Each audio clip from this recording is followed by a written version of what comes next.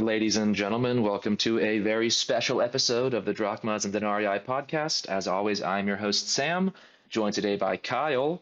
We've got a treat for you all. Kyle has decided to sell some of his collection at Nomos, and we've got some spectacular pieces, all Byzantine, ranging from the early empire to the late. We've got some real rarities here, and so I'm looking forward to discussing this. Talking to Kyle about sort of his decision process behind the sale and seeing some of these very rare treats. So, Kyle, how are you? Sam, thanks for having me on, man. I'm excited. I'm good. It's been a I'm while. excited for the sale. It has been a while. Yeah, I've been. You're also pretty busy, I'm sure, but I've had some graduations, finished my master's program, moved back to the States for a bit, did my doctoral applications, and got accepted. So I've moved back to Europe, back to Vienna, and I've just started the PhD last month. So I've been pretty busy school-wise, and I'm sure for you also. This sale has got some amazing cataloging, so I know this must have taken many, many hours to get all the descriptions ready and the wonderful write-ups, and I'm sure that was also quite a process. It was, but actually a very uh, good process. Can't say enough good things about working with the team at Nomos. They've been exceptional through this whole thing. But I can't wait to read your PhD dissertation when it's ready and all the books that you're going to write. Yeah, hopefully. Knock on wood, it might be a few years until we get there, but yeah, it's been pretty exciting so far, and it's nice to be back in Vienna. The weather's getting nicer slowly, so I've been enjoying that. Nice, nice. Yeah. Well, Vienna's quite a city, so Yeah. I, I'm a little jealous. So yeah, no, I appreciate you having me on and excited to go through the collection and highlight some things and talk about the coins. Yeah, so you've got 137 lots up here, and quite the variety also. I mean, it is Byzantine focused, but you've got early empire, middle, late. Yeah, a really good variety all around. I would say, though, of course, it's mainly gold, which is always nice. Yeah, yeah. So that was always my collecting focus was gold solid eye and some of the fractional ones. Um, I never did get a double solid eye or a medallion, unfortunately, but Maybe after this. you know, maybe you never know, right? And a couple things came up where in life where I just was like, okay, I've got a lot of money into this, and these don't sell quickly, and I needed to be in a little bit more of a liquid position. So, Definitely I fair. started down this journey on it, and like I said, Nomos has been great. I really wanted to keep it together as a whole collection and not have it sort of parted out in different sales and things. And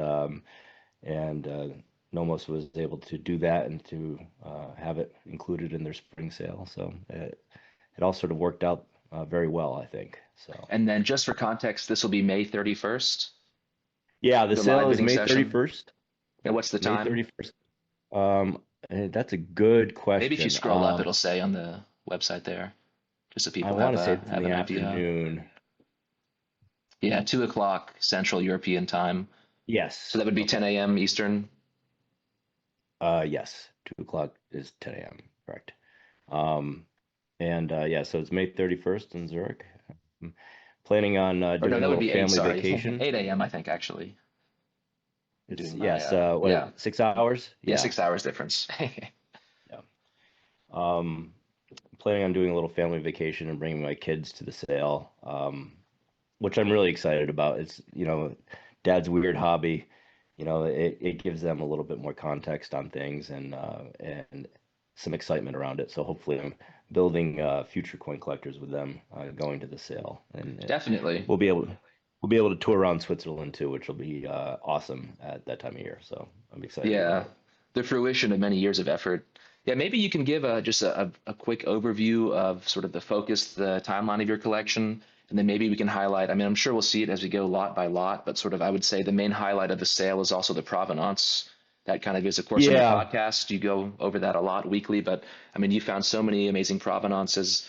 There I think there were some types here that I've never seen sold before with the provenance that you've got going back to the early 1900s. So it's very impressive what you've done. thank you. Yeah, my focus was always tried to find fine style and rarity, and then the provenance became a real big thing for me. I love the research. I love learning about the old auction houses and the great sales in the past.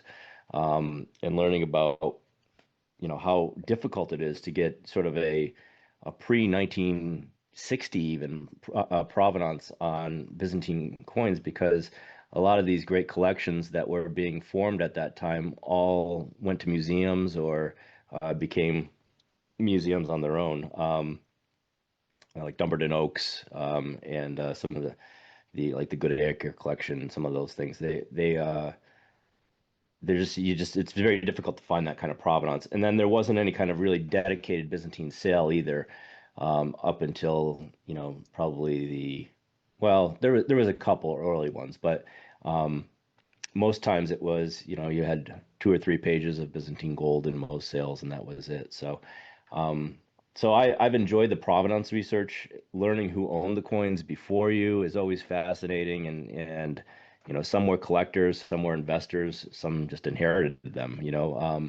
But you always think in terms of like how cool it would be to sit and have a beer with like Hugh Goodacre and talk coins or something like that. Definitely. Stuff like that. So I've enjoyed the provenance research. I would say 80% of the provenance that I have that's goes back a ways is stuff that I found. There's a few coins that I bought with the provenance, but frankly, I could never really compete on coins that had a published provenance on it, because it usually brought out the big guns on things, and I typically I couldn't compete on those things.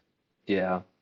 Well, I think it's going to be quite the treat. I mean, I'd say I've been seriously collecting since maybe 2018, 2019 in terms of Byzantium. And I would say this is certainly, in my opinion, the best Byzantine sale to come up since then. So in about the last Oh, decade, that's just in really terms of nice of the you to say. variety and what's offered. No, but I truly mean it. And I'm including my own collection in that. I think that this really is spectacular. And what you've assembled here, just in terms of, I mean, the effort put in to find all the provenances, it's spectacular. So maybe we can start by just going through, I say lot by lot, um, Yeah, and just, yeah, I'm yeah, happy to do it. seeing And seeing what's here. I will say, Nomos added in some other of their consignments from other people on this, and typically, if it's from my collection, it'll say, from the Bollen collection, and then there are others in there. So I'll Just a I'll probably handful, skip but over. yeah. Yeah, it's not many, but I'll skip over those. But yeah, starting at like lot one, not a Byzantine coin, but this is the first ancient coin that I bought, and boy, did I overpay for it. So I probably will lose money on this. But this is a cautionary tale when you're kind of getting into something, to sort of do your research, which, of course, I didn't really do. I just sort of bought it, um, which is not the way to do it. But it's a nice coin. There's no doubt about it. It's ex Demetriadis collection, and it's got a really nice strike. But I wanted to highlight the fact that sometimes, you know, you got to learn from your mistakes, put it that way. So, Definitely. That was back in the Instagram days, correct? yeah, I I bought think it's this how in we like first met way back 20, when. I want to say I bought this in like 2016 maybe. Oh, wow, nice. But it was like something that, I just was like, wow, look at that. And it was on eBay, and I just said, I think I just hit buy it now. And it's so stupid to do that, but Yeah, was um, that, did you know the provenance when you bought it? I see there's provenance back to 1989, which is, I mean, decent for a Honorius Solidus. I would say most obviously are going to go without provenance. So that's yeah, I rather far didn't, back. I didn't, I didn't know that it was. I mean, it was included in the heritage sale. I knew the Demetriadis provenance on it because it was in a slab at the time. Um, and But I guess I didn't know that it was X stacks until later on. But I didn't really know how important provenance was either. Then I just was like, wow, look at that Roman coin, and just bought it. And I don't know. Yeah. So.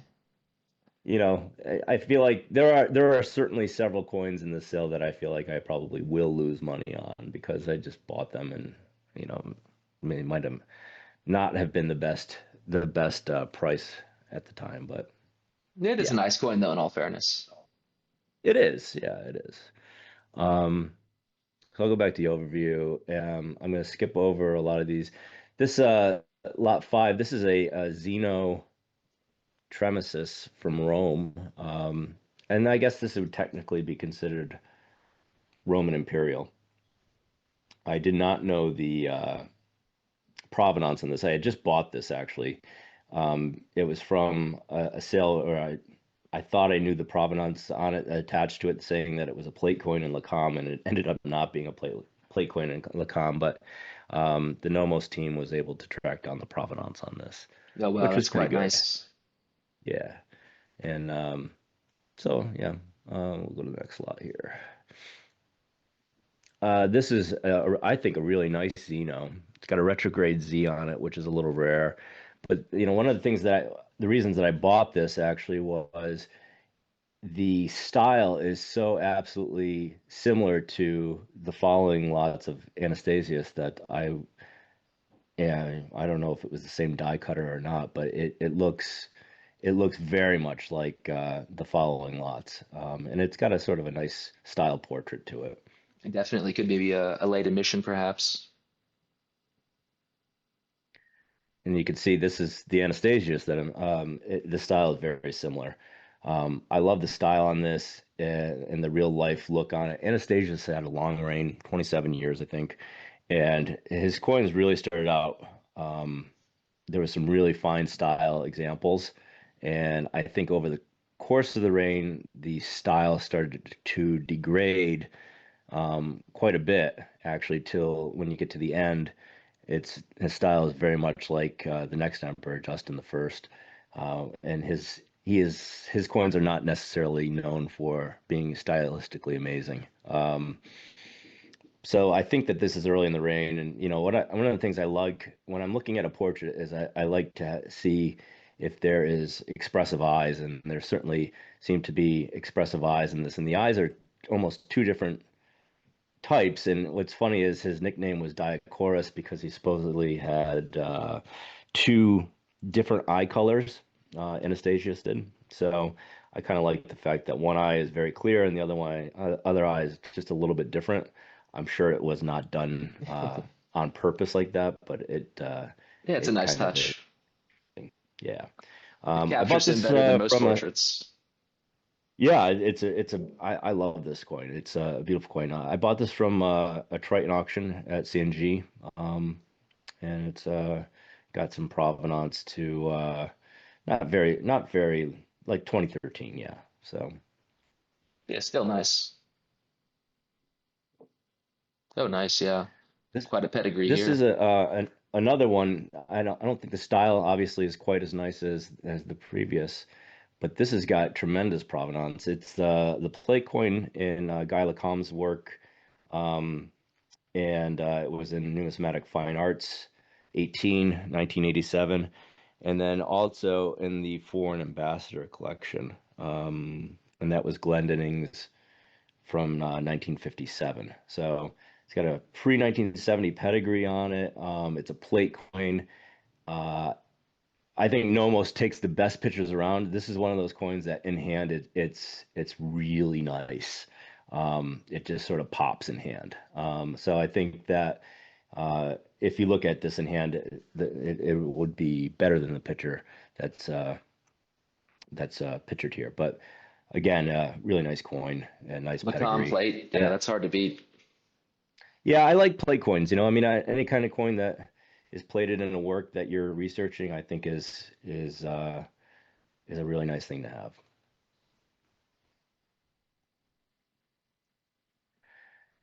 This is a really interesting style because has sort of an austere look um, to the imperial portrait. Has the cross on the helmet as opposed to um, the uh, the trifoil ornament. Um, I have only seen one or two of these. I think they both came through Roma of this style, but it's just got a very expressive portrait. I would also place this on the early side of the reign as well. Yeah, also a very defined face, which is nice. The chin is very strong, which isn't always the case. I think it adds a lot to the portrait. The bold stance. Yeah, yeah, no, I agree. I agree.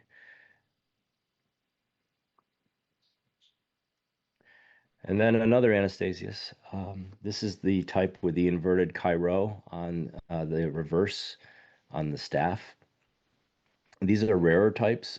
This was originally a Nomos coin, and I believe it was in the I don't think they have it listed, but this was an ex voto collection as well at CNG. Oh, Um, nice. this is this coin is like in high definition. It's got a really sharp strike um, from fresh dies. It's really nice. So and then the inverted Cairo is a little bit a rarer type as well. And do you know, is that type dated later? I'd say this is more of a Justin the First style piece. You can certainly tell it's later in the reign. Yeah, I mean, I think it's certainly later in the reign. I don't know exactly where to put this and put the types with the inverted Cairo. Um, but you're already starting to see some degradation on the portraiture. Although very Uh, fine drapery on the reverse, that is pretty exceptional. Yeah, very it's nice dies super sharp. overall. It's super sharp for sure. Um, so I like this coin a lot. I got this at uh, one of the ANA conventions. I can't remember which one. Oh, nice. This is a coin Nomos put in, but I will talk about this. You know, you can see the portrait is already starting to degrade quite a bit um, on these, but you know, this is not a bad coin, but the reverse is very similar to the previous one.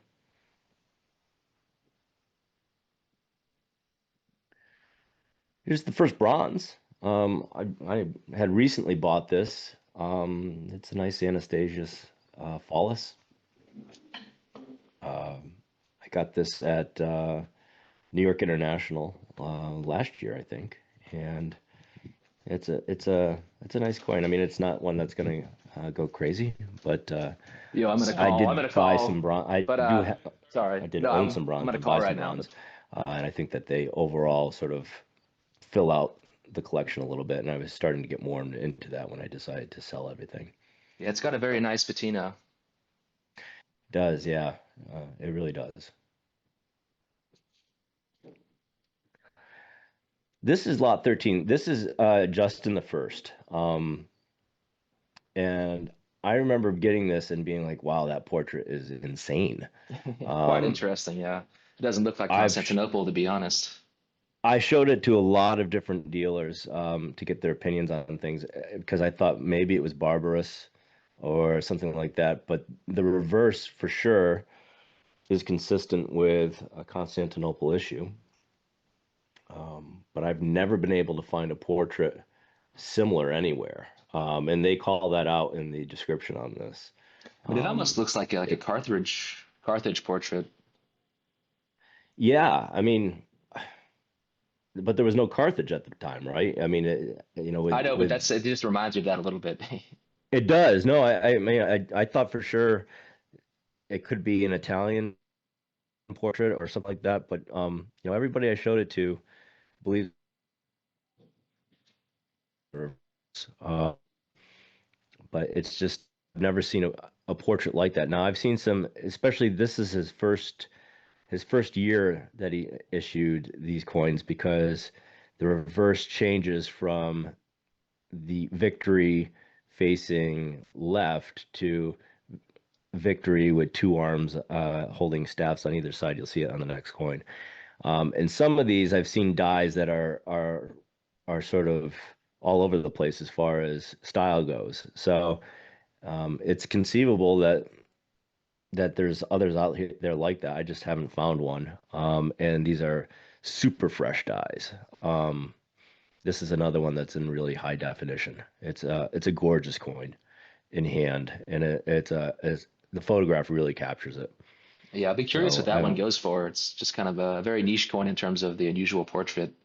Yeah, quite It interesting. is, yeah, it is. I mean, it's Justin the First typically doesn't doesn't command a huge premium on things unless there's some sick provenance on it or it's some one-off coin that was done. So I don't know. We'll see where this goes, but this is one of my favorite coins. It's really just an awesome, unique coin. Yeah, a bit of an enigma.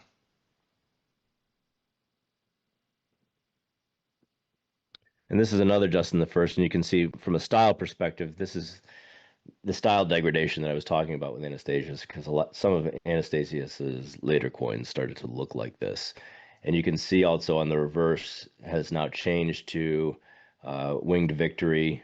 A lot of people call it an angel, but I believe it's still winged victory. Yeah. And they call it an angel too on this, but No reason to uh, suppose a change.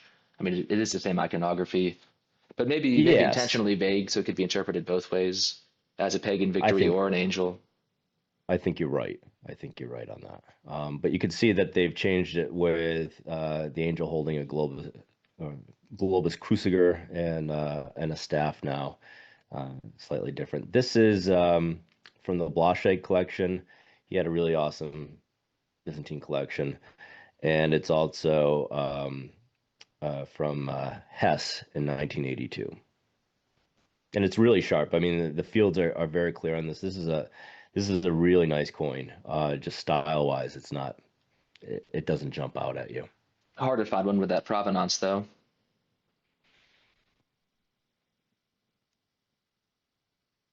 Let's see, that's not one of mine. That's not one of mine. This is a Justin the First and Justinian the First Solidus. This is their very short dual reign. When Justin the First adopted his nephew Justinian as heir, and then when he started to decline, he became co-emperor with him, and these coins were sort of issued to show the continuity of the dynasty and the smooth transition of power, and to infer legitimacy on Justinian. They made a whole lot of them, and there's been dye studies on this, and they found a whole bunch of dyes. So the inference is that they made these in quantity, and spread them out. And then when Justin died and Justinian became emperor on his own, and it was solidified in his position, they were all recalled and melted down. And so they are very rare, but there are a lot of dyes out there. So it's one of these weird situations where it's a very rare coin, but we know that they made a lot of them, if that makes sense. Definitely. It's interesting also. I don't do as much research in the earlier period, but the iconography is very unusual and interesting. You've got the two emperors enthroned, also with a halo, it looks like, around each figure. And it kind of Yeah. reminds me of the old consular busts. I don't know if this is related at all to those series where you have the emperor holding the mappa. Um, it does kind of remind me a little bit of that, but yeah, not exactly the same, but still, I think for the period, it's quite unusual to have the emperors enthroned like that. And then also the halos and the cross. I mean, you start to see more overt Christian iconography coming onto the coins. 100%. Absolutely. And this is from the Wayne Shievel collection, but it's also from the William Herbert Hunt collection, which arguably is the greatest collection of Byzantine coins ever put together, I think. Yeah. And this is from the second Hunt sale in 1991. So some great provenance. When Justinian took over on his own, he adopted the three-quarter military bust that has been going on for, since I think Honorius, maybe? Theodosius. Yeah, yeah, it could be, or Arcadius, maybe. I think Arcadius had one, or Constantine Constantius II. I can't remember who True. started it, I think but you're right there. Yeah, it could be Constantius II. um, so for the first 3 years of his reign, this was what his coins looked like. Um, these are pretty common, but this is a nice strike on this. There is a little dent on it, and they call it a mildly wavy flan, which I don't recall it being wavy, but I knew that it had a dimple on it for sure. But it's got a nice strike and an interesting style on it. But these, like I said, are pretty common. And then his coins changed to this style after 3 years, and for the rest of his long reign, you had a facing bust of Justinian holding a globus cruciger, as opposed to the three-quarters bust. This is a nice style. Again, Justinian had a very long reign, and you have style all across the board. some nice, some not very nice. I think that this is a nice style and a good strike on this. Certainly.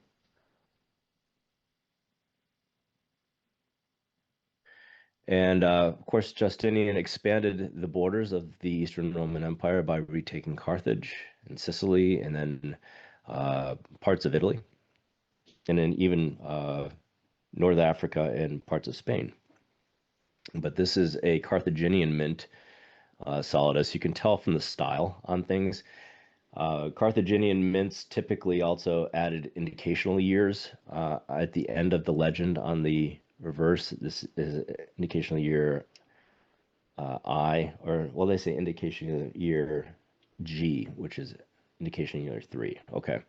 But typically you can tell from the style of the bust what it looks like. And there are some good reference works out there. Hahn put one out where they studied the corpus of Carthaginian coinage through the Monte Judica hoard and some other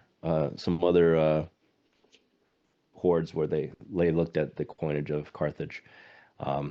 It's fascinating, and it's before the Carthaginian coins started to take on their small module, thick shape. So this is full size. Yeah, it's a beautiful example. Also interesting, I wonder, have you seen research on where the cellators came from? The die engravers at Carthage? I mean, it does have such a distinct style. It doesn't seem to be that they actually maybe imported the current workers from Constantinople to Carthage, but maybe they had some sort of local presence. I don't know. I'm just wondering if it could have been the Vandal engravers perhaps that were employed. You see that also in It some of the could Italian coinage where it looks like it's very much Ostrogothic in style, the Byzantine coinage minted in Italy. it could be. I've read things that because they were retaking these territories, they wanted to make sure to have very nice coins. I guess that's a theory. I mean, nobody really knows, right? But what you do see is that the provincial mints in Thessalonica, Sicily, Rome, Carthage, all were producing much more stylistic portraiture and artistic coins than what was coming out of the capital at the time, for the most part. At least Yeah. what survived. That's the thing. It's the survival bias, right? It's um, you know they could have been minting beautiful coins in Constantinople, and for whatever reason they didn't survive, or they were spent or melted down. You just don't know. But based on what survived, the provincial coinage is of a higher style in general. Have you noticed that as well? Yeah, I'd say so. I think that kind of changes somewhat when you get to the anarchy period, but early on, yeah, it's very refined. Yeah. Yeah, I agree. Um, let's go to the next lot here. This is a really nice half phallus of Justinian the First from Carthage. This has even got some dye polish lines on it. It's got a really nice patina. I bought this. This is a nice example, and this says Provenance 1992 on it. And it's tough finding provenance on bronze coins because they just didn't plate a lot of them early on. So if you can find provenance even into the 90s or 80s, I think you're doing pretty well on that. Definitely. Also a very clean strike, clean fields also. It is tough to find on these bronzes, so it's a very nice example. And with the provenance too, yeah, certainly exceptional. This is one of my favorites. This is Justinian the First from Rome, and it's just a remarkable solidus. Very rare. I know of only two from these dies. This is one of them. The other one they highlight here was in Harlan Burke's Fixed Priceless 9. And that coin is featured in the 100 greatest ancient coins as the solidus that he references. So you can look, and it's the same die on both sides. Again, never seen another one like this. And it's really got just a striking style, and it's called out for that. Um, so I'm excited about this one going up for auction, and again, it's one of my favorite coins. Yeah, it's very interesting. Again, I'm sort of more in the late period, so I'm not too sure about the exact details on the earlier coinage, but his crown there, he's got the pendilia, sort of the jewelry, the hanging pearls coming off each side. It is very unusual to see them that thick, if that's indeed what's meant to be depicted. But yeah, a very interesting regalia.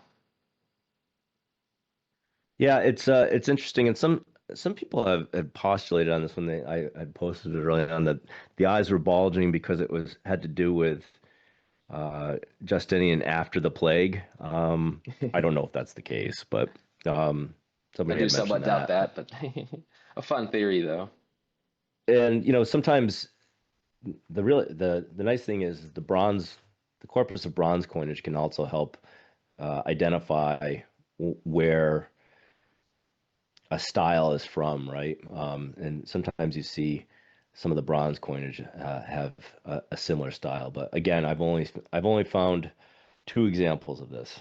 Um, and it's a remarkable coin in hand. Yeah, fun styling on the lettering too. Sort of for the Dominus Noster part, the DN there, it looks almost like a Hmm. DH. Yeah, yeah, it And does. also the shape of the G's does remind me of the late Western coinage. If you look at like Valentinian III, Avitus, some of the late emperors, they also tend to have Hmm. those G's with the unusual, I'm not sure what you call it, like the tail coming off the end of the letter that you see there in the Yeah, reverse. yeah. I'm not sure what that would what the technical term is for that, but I know what you're saying. Yeah, Um, yeah, so an excellent let's coin. we'll see where that goes. I'm excited for this one. This is a Justinian I from Thessalonica. This coin is a screamer in hand. It's really nice. I don't think that they call it out as much as some of the other coins. In fact, there were like some minor areas of striking flatness, but this coin, the fields are like cream. It's so nice. So in hand, this coin is just awesome, and I think a nice picture of it as well. Very sharply struck, fresh dyes, and in that distinctive rare Thessalonica style. Definitely. I love this coin.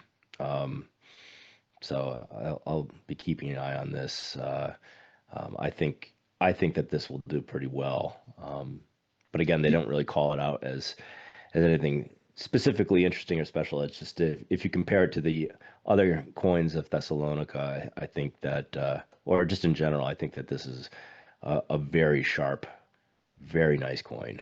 Um, so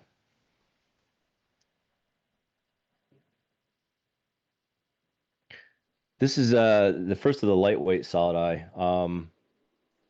I think that they had said in this struck for trade purposes or whatever. The lightweight solid eye show up for the first time under Justinian the First. I think that they were sort of done to take advantage of the exchange rates going on between bronze and silver and gold for the benefit of the state. Typically, they're found in a 1 to 10 ratio in different finds, is what I've understood to be the ratio on it.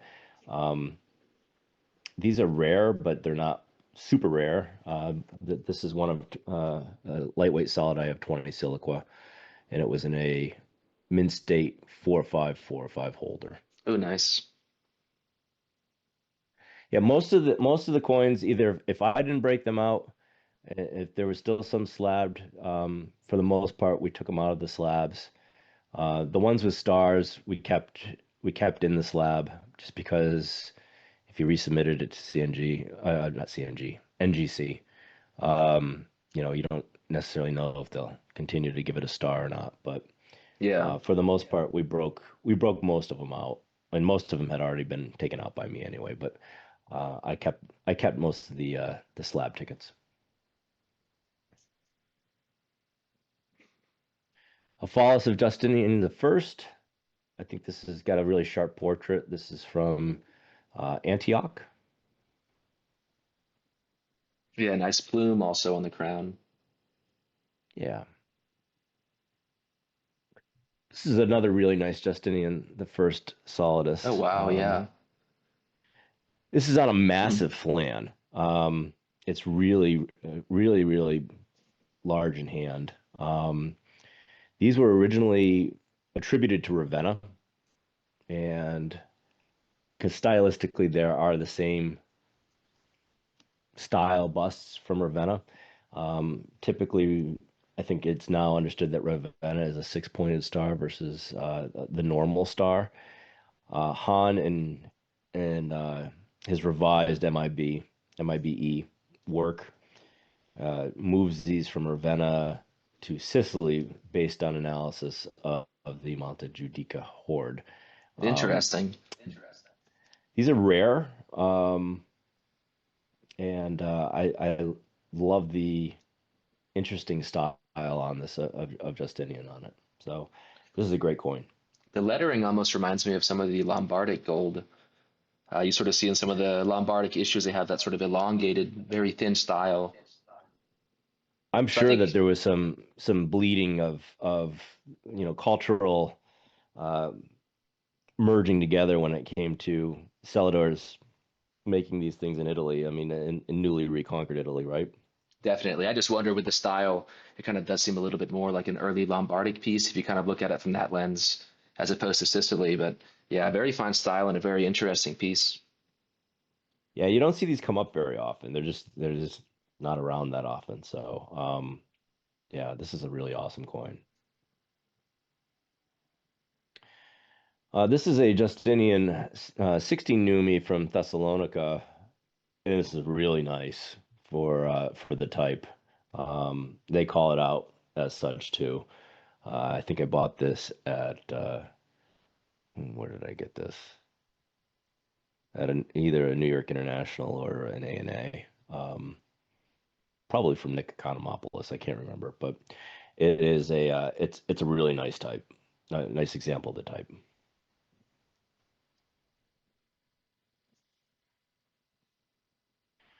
Moving on to Justin the second, excuse me, Justin the second. This is a solidus from Alexandria. You can tell because the cross in the field.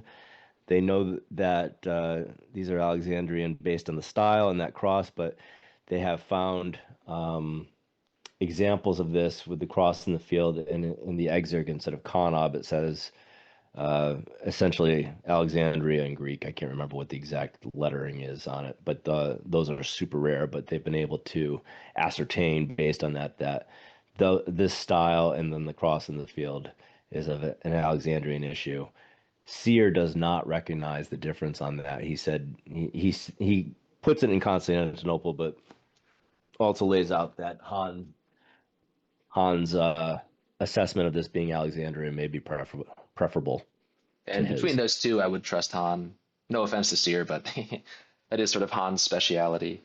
Yes, I agree, and I think it's generally at this point everybody is on board with the fact that these are Alexandrian. The distinct style really says something on it. So. Yeah.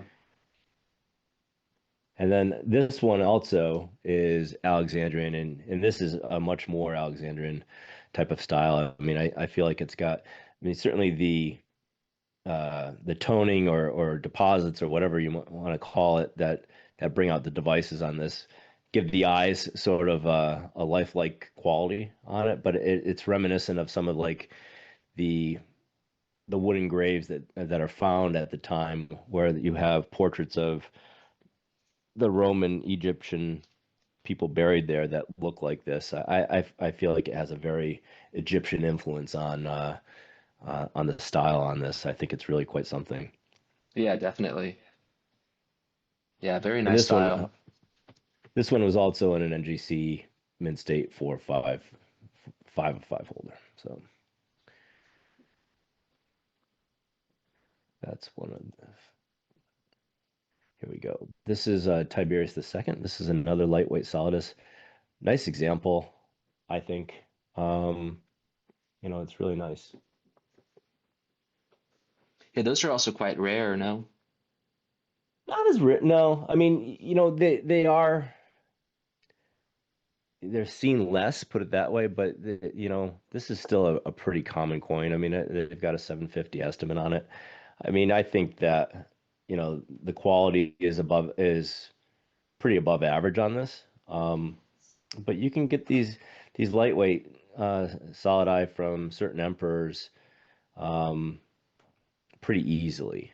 There are some that are denominationally rare, like this one is OB plus star on it, but you can see there's some that are OBXX. I don't know if the Tiberius II has any of them, but or some of them say Conox on it or something, stuff like Yeah. that. Those are very rare. And then you have other emperors that just didn't issue any or issued very few, put it that way. What happened here? Okay. Um, so it is a rarity by emperor, put it that way. So let's see, next lot. This is an early Maurice Solidus. It's early because you can tell the way his I guess helmet or hat. I can't remember what curace. I guess he's wearing a crown and diadem and a pendula. Okay.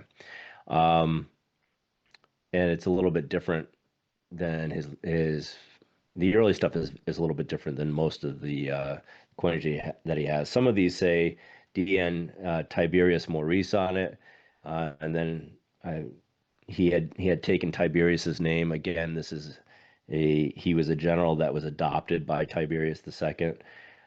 So originally he would go with his adopted name Tiberius for the legitimacy, and then eventually move on to starting with his name first, Maurice. Yeah, I also Maurice was a wonder great. with the Go ahead. crown, is that a cross on the top? Kind of looking ahead a little bit at the next lot, you see the regular peacock plume. So I wonder if that Yes, might be the that's difference correct. also. That's correct. This coin is sort of common. I mean, it's less common than his other stuff, right? But it's on the common side, and condition wise, it's not, it's okay, but it's an early type of Maurice. This is a really interesting one. This is lot 33. This is a Maurice Tiberius lightweight solidus of 23 siliqua. Um, they wrote on this that some scholars have suggested this piece might be for provincial mint. Those scholars are me. If you want to call me a scholar, I honestly, I thought that there was an argument to be made that this was from a provincial mint. Its style is very similar to that of Thessalonica, except Thessalonica has um, large dots across the helmet as opposed to the smaller dots. But the style is very similar. The style of the face is very similar. And the large star is something that's not typically seen as well. And The I other thing wonder that's also, very, oh, sorry, go go ahead. ahead. No, I was no, going to say go ahead. the shield very interestingly it sort of blends in the drapery. That catches my attention. I don't know how common that is for the period, but it's not a distinct shield. If you look at the way the clothing, the drapery lines flow, they actually encompass the shield. Yeah, no, it's true. It almost doesn't even look like it's there, right?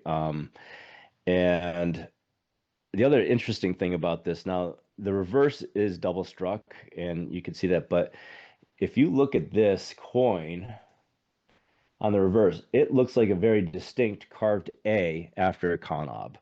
Um, Oh wow, never yeah. seen that never seen that anyplace else before. Um, Originally, when I got this, I was sort of like, well, they overcut conob over something because the B looks overcut on something. It almost looks like they overcut it, and then some dying engraver put his initial in there to like, say that I did that. It's okay. Um, Or I don't know what. Alexandria, maybe. I don't know how if they actually mark the mints occasionally with a letter at the end there, but it could also be perhaps an alpha for Alexandria. I don't know. Yeah, I mean, and that's why there's no record of any of these 23 siliqua lightweight solid eye being made anyplace other than Constantinople, and there is nothing really concrete to say that it's not Constantinople or it is Constantinople. But it's an interesting coin. It's a thought-provoking coin, and it's one worthy of additional research on it, I think. Yeah, definitely. That's quite interesting. And this is a lightweight solidus of Maurice. Again, this is the more standard lightweight solidus of 22 siliqua. These are, like I said, are pretty common, but they're interesting coins. Yeah.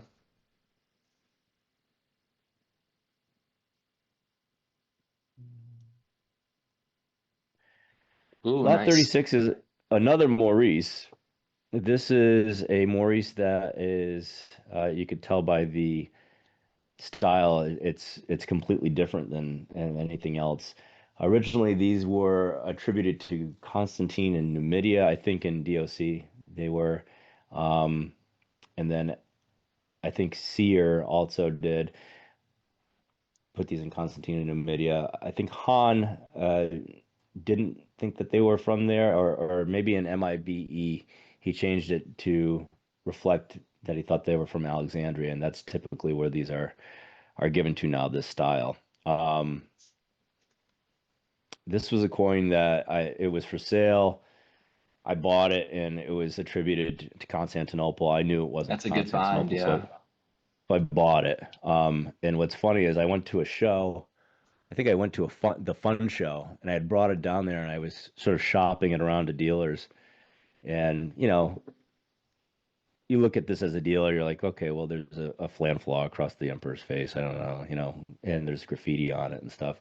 So thankfully, nobody bought it from me. And then when I got back, I was doing more research and discovered that it was plated in MIB, and it was also referenced in Seer. Well, you know what's So it super has, fascinating? What catches my attention is on the reverse in the field, the graffiti there, it looks like a star. You have the three line markings that indicate sort of a star shape there. oh If you look yeah, at you're the, right. I yeah, always thought that's that that's very fascinating. I love interesting graffiti, especially if it's not distracting. I mean, we know that there's distracting graffiti, and then there's graffiti that just sort of isn't distracting. Well, I But wonder too, I because certainly you had like mentioned that. I think two or three lots ago, there was a lightweight solidus with the stars. If that is indeed Alexandria, that could be a point of connection maybe, where someone, for whatever reason, thought the need to add that star to perhaps indicate the mint of the issue. Yeah, it could be. I mean, the lot previous, I mean, there are 23 siliqua starred Maurices that are very common out of Constantinople. Um, Okay. but it's it's interesting. I mean, because for coinage like Maurice, I mean, obviously you have scholars that have looked over hoards and researched and stuff, but a lot of this stuff is just sort of placed, especially like when you get to Italy and they start to talk about uncertain Italian mints. Even scholars don't really know exactly where they came from. It's their best guess that becomes sort of taken as a given by the market, if you will. Yeah. And the more scholars, the more finds that there are, and the more scholarship that's done, these things get refined. Like I said, this originally was attributed to Constantine in Numidia, which is on the African coast, I think west of Tunisia. And now that has been pretty much that attribution has been pretty much debunked at this point. I mean, that's really fascinating. Just a rare type, the Provenance also, we haven't really touched upon that, but you've got a plate going in MIB, you're cited in Seer. I mean, going back to the 60s, that's quite incredible. I mean, not only a rare type like that, but also for Byzantine, I mean, really an exceptional provenance and plated in the major reference work. Yeah, and you know what? I mean, and I didn't know it going in, and like I said, I'm super glad I didn't sell this because I would have been sick, or maybe would never have known. But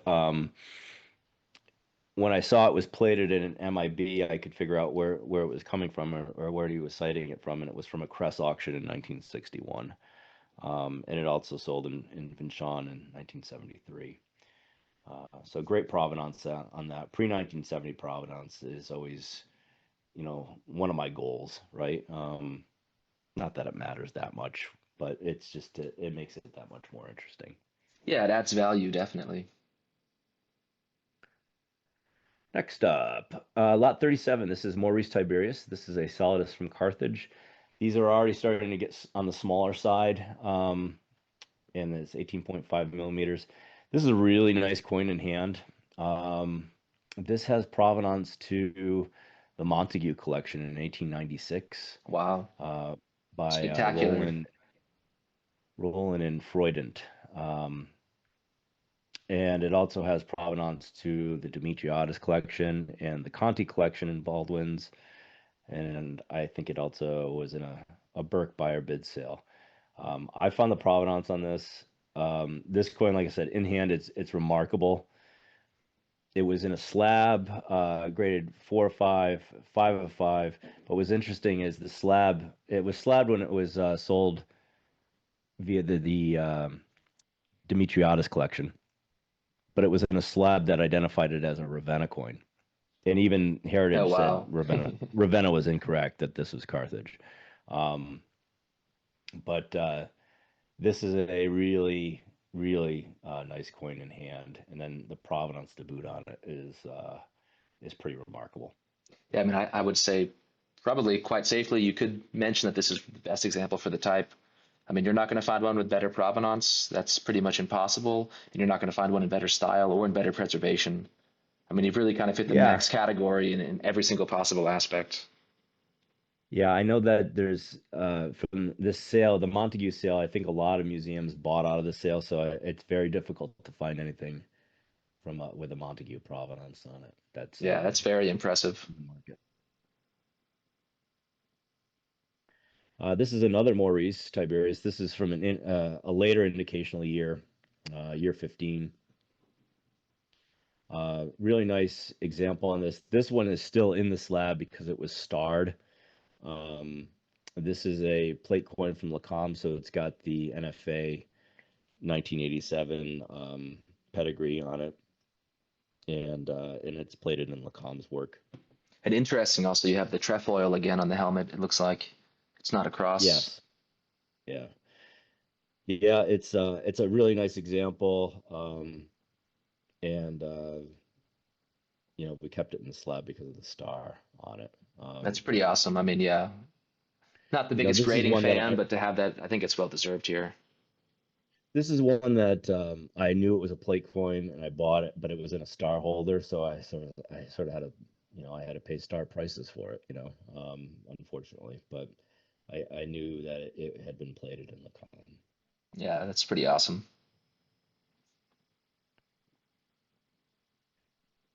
Lot 39. This is a Maurice Tiberius again, but this is a consular issue from 602, and that's at the end of his reign. I think they believe that he issued a consular issue. It was either to it was either because the indicational years were flipping or to celebrate the marriage of his son. But these are very rare. They only issue them for a year. And then this is also X Hunt collection, which gets Yeah, that's a awesome. nice pedigree as well. And Syncota 37 also had some really nice Byzantine coins in it as well. And this is from that as well. Um, so this is a really nice coin in hand. And I was able to find the provenance on that. Yeah, splendid obverse style too. It's nice flowing drapery there. You've got all the details. Yeah, Yeah, quite these are cool nice. looking coins. Yeah, I agree. And I'll say Um, also just to have the face, the details preserved. You don't often see that. They get worn or sometimes they have a weak strike, but to have the full face there, it's pretty neat. yeah, yeah, yeah. So it's a nice coin for sure. This is another Hunt coin. This is a Solidus of Phocas from Carthage, indicational year 7. These are on the rare side for sure. And this one, let's see, this is XCNG 1993, and then it was also the William Herbert Hunt collection from Sotheby's in 1990, and it was in a NGC Mint State 4545 holder. But you can see this is a 16.5 millimeter. The Maurice ones, the first Maurice one we looked at, that was from indicational year 1. That was 18.5. So these are shrinking down and getting more smaller and thicker. Yeah, it's And fascinating. the theory is, I had read a paper. It had to do with the sub-Saharan gold trade that they found iron.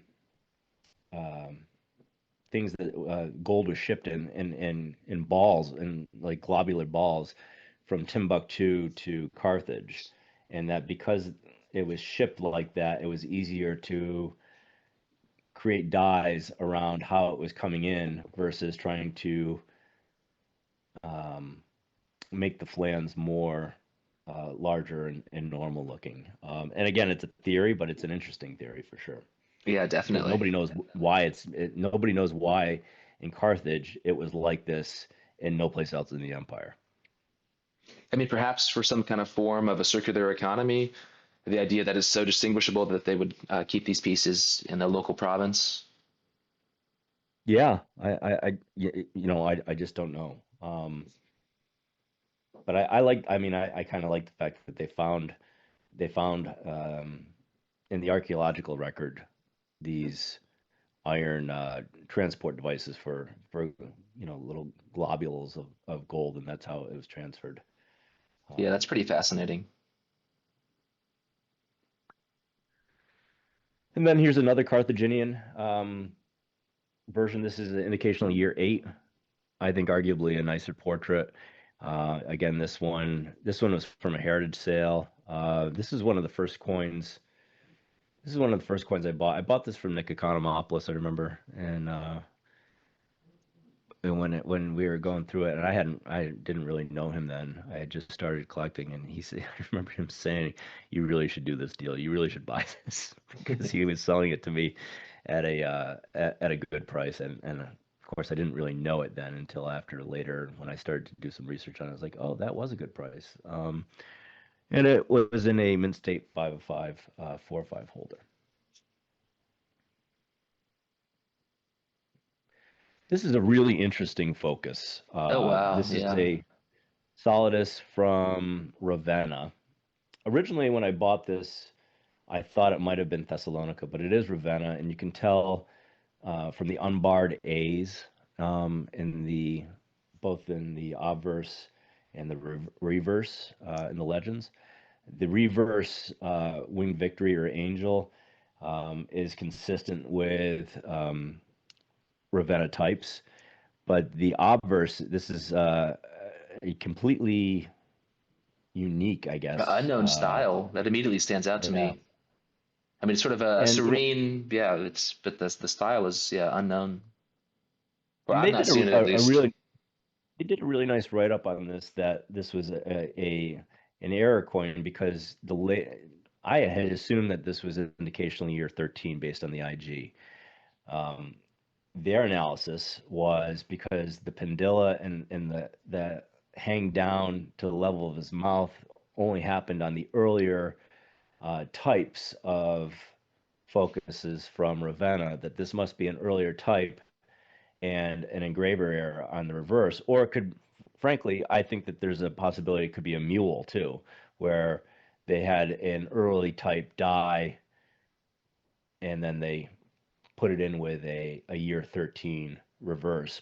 So I think that there's a lot of different possibilities on this.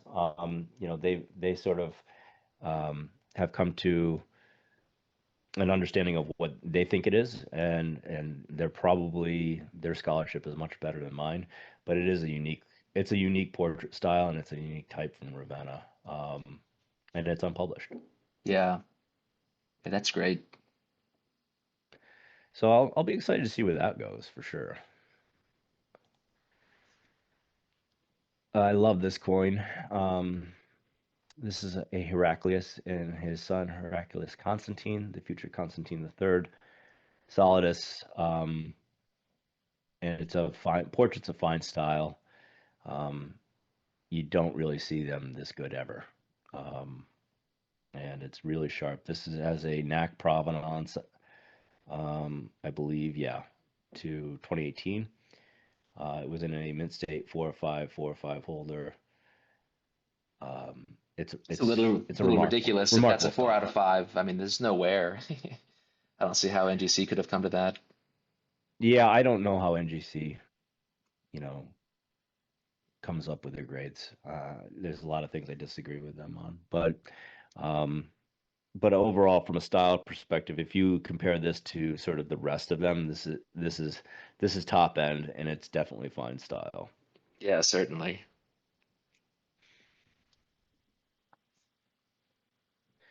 This is another Heraclius and Heraclius Constantine Solidus style, not nearly as nice, but very unique. And this is from a Roma sale, but what's cool about this one, this is actually the cover coin of the Byzantine coin group on Facebook. Um, Oh, nice. you know, I didn't put it up there. The guy that started the group had put it up there. I think he deals mostly with English coins and UK coins now. He doesn't do much with Byzantine, but so I don't know if it's going to stay up there or what. But it's up there. It's been there for a while, and it's going to kind of has a unique sort of I don't know. Heraclius sort of looks like the kitchen witch. I don't know. It's sort of an odd looking style. His neck looks like it's super bulging and stuff. Yeah. So It's nice for the full legend, though. You don't see that very often. yeah, full legend, full weight. So it's an interesting coin. This is cool. This is a Heraclius Phallus. It's overstruck on a Phallus of Justin the First, and with these counter stamps that they would put on the Phalluses from Sicily. This is also has some really nice provenance on it. This is from the Judge Sanborn collection that was sold by Sotheby's in 1977, and it was acquired from Rudolf Habelt in 1956. This guy was interesting because he was in Germany for a while, and he was on like the restitution court that was repatriating stolen property from the Nazis back to different people. So he was in Germany Oh, wow. for a while when he was doing this kind of stuff to 1959, and uh, and I'm assuming if he bought it in Bonn in 1956, it was why he was over there. So it's got a cool provenance, and this has original tickets too, Oh, uh, nice. both Yeah. to both to Havel and Sanborn's ticket as well, which I think that's super cool too. Again, some of the people that own these before you. I mean, we're just stewards, right? We're caretakers of these things. They pass from our hands to somebody else's, one way or the other, and so it's always interesting to see who owned them and contributed to its story, right? Yeah. Yeah. Also fascinating just with the counter marks there. I find that also very interesting. The idea that there's a need in Sicily to sort of re-tariff the coinage. And then a second thought is also the fine style, especially in the obverse counter mark there. I mean, normally, I'll just say that it's less than fine, the style of what they're countermarking with, oftentimes worn in bad shape. But here you actually have a very fine portrait of the emperor. You can see his attire, the chlamys, the attire there. The emperor's garb is very clear, even with the pendant on his shoulder, the crown, pendilia, like it's all there, all the details. So that's pretty exceptional. You're right. It is really nice, and it's clearly a fresh dye on either side, and it's a nice strike on it as well, right? Um, yeah, I don't know why they felt the need to sort of go through and revalue these because I think that these were still considered valued even when overstruck as a phallus, right? So it was a phallus before and it was a phallus after. There seemed to be some need to, and maybe it was Heraclius and his desire for legitimacy. I mean, a lot of times coins were propaganda, right? So um, you have Heraclius who usurped a usurper essentially, and many people sort of like thinking, well, he has no more right to rule than the last guy, right? So maybe there was some of that.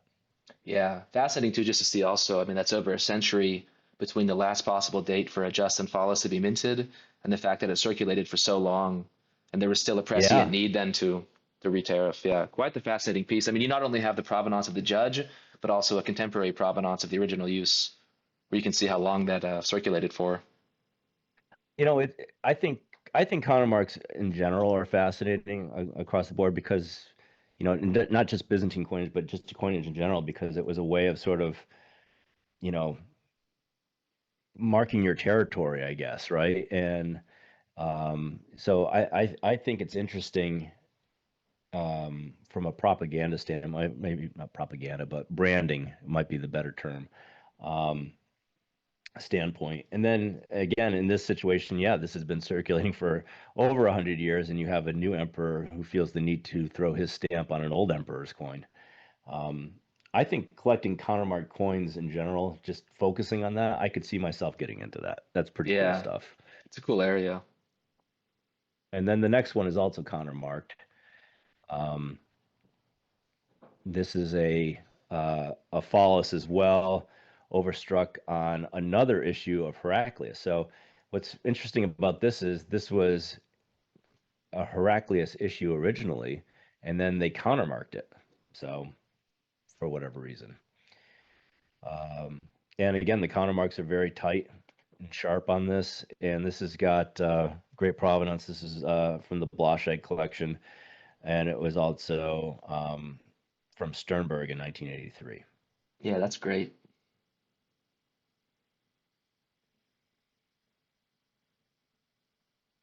And then another Heraclius, nice portraits on this long flowing beard. Um, really nice portraits, really sharp actually. Um, this is a nice example of this type. Yeah, the busts are quite nice. Yeah, the faces are very expressive for the time. I mean, I don't think, you know, that's a really nice looking portrait of Constantine III, his son there too. It gives you sort of an interesting take on him. And then we move to the three emperors coins, reminiscent of the Magi, Heraclius in the center, his son Heraclius Constantine, future Constantine III on the right, and on the left, the younger son Heraclonus with his second wife, Martina, his niece, I believe, which caused a lot of eyebrow raising. And there was sort of it was something his opponents used against him quite often, the fact that he married his niece the second time around. This was in a Mint State 50545 holder. This coin, I'll tell you in hand, is really nice. It's got a lot of luster on it. It's beautiful.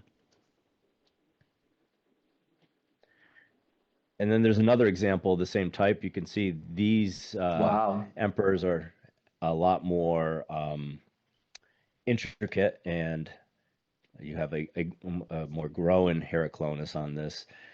But what's cool about this one is this is from the Rado sale in 1930.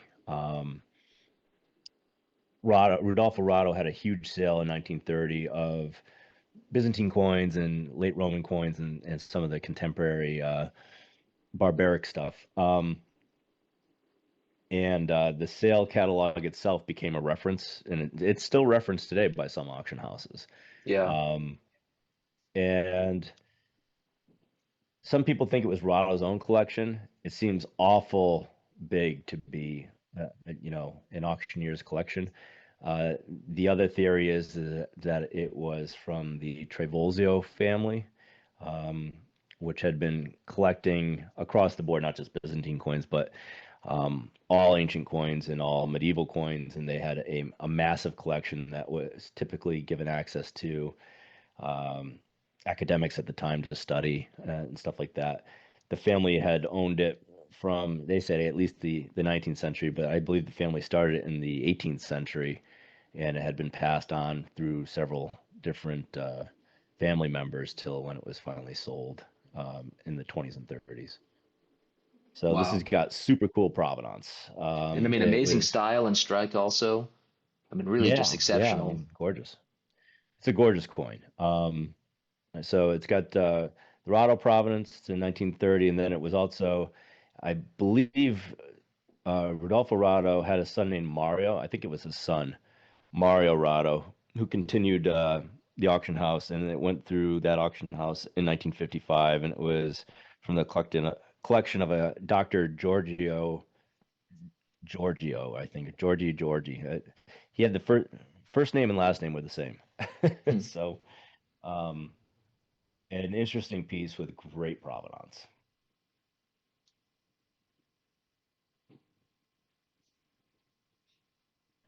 This is a Constance II Solidus, and this is on a very large flan for the type, and it's a really striking portrait with the head tilted slightly. Um, this is a really nice coin in hand, It's kind of odd that and the mint mark is so high based off the bottom yeah, border. It's interesting. yeah. I mean, it's a big flan, so they were able to get the whole thing on it. But you got full legends on either side, and this kind of very interesting portrait of Constance II. And another Constance II. This is one of the earlier coins that I owned. This is in a Choice AU 4545 holder.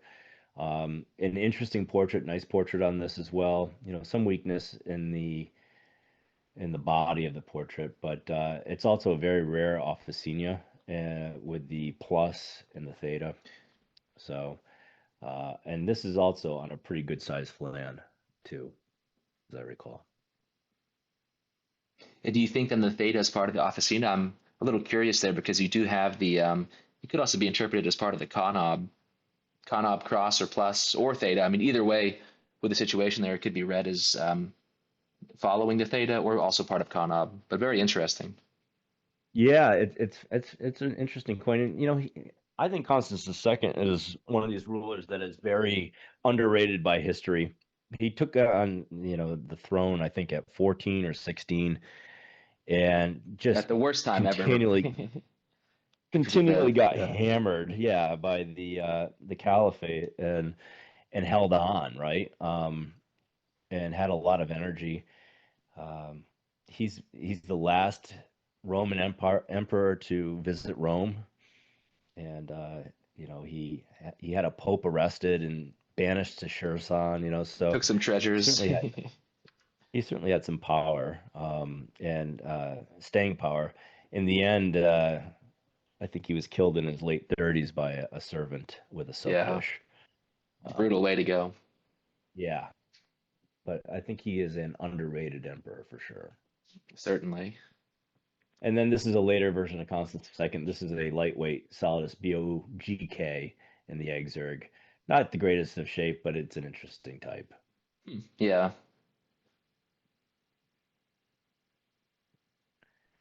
And then this is another lightweight Solidus of 23 siliqua, Constance II. Again, this is this has Oh, got great wow. provenance though. Protonotarios. Yeah, he's an excellent scholar. He wrote a lot of interesting articles about Byzantine coinage, and yeah, that's a cool provenance to have. I didn't realize that provenance was in there the first time I looked over the wholesale. Yeah, he's I mean, you know, his late Byzantine coins were sold by LHS, and it was a famous collection, the Despot collection. I'm sure you're familiar with it. Mm. And it was also in the Hunt collection. Um, how do you say his last name? Proto Protonotarios. Protonotarios. Yeah, he donated all his gold to the Athens Museum when he got rid of his collection, and then his late Byzantine gold was sold off separately.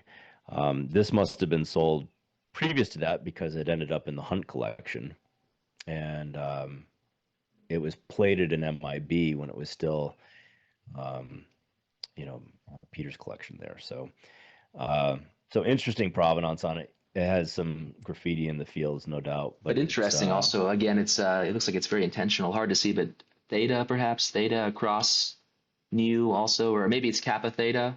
But again, or intentional. or, You know, or sometimes it's not, but it's fun to see when it seems to be coherent. The graffiti yeah, it looks like maybe a phi on top and then a zeta maybe. It's I don't know, you could know, also be, yeah. but it's I like interesting graffiti, and the coin up actually coming up next has got some really nice stuff graffiti to it. It's again a Constance II. This has got proof-like surfaces, and you can barely make out the graffiti on it from the pictures. But there's a five-pointed star Oh here on wow, the yeah. reverse in the field, and then there is what looks like a pi symbol um, above it, which is fascinating. The strike on this is incredible. It's proof-like fields, very flashy. This is from a Burke by bid sale in 2021.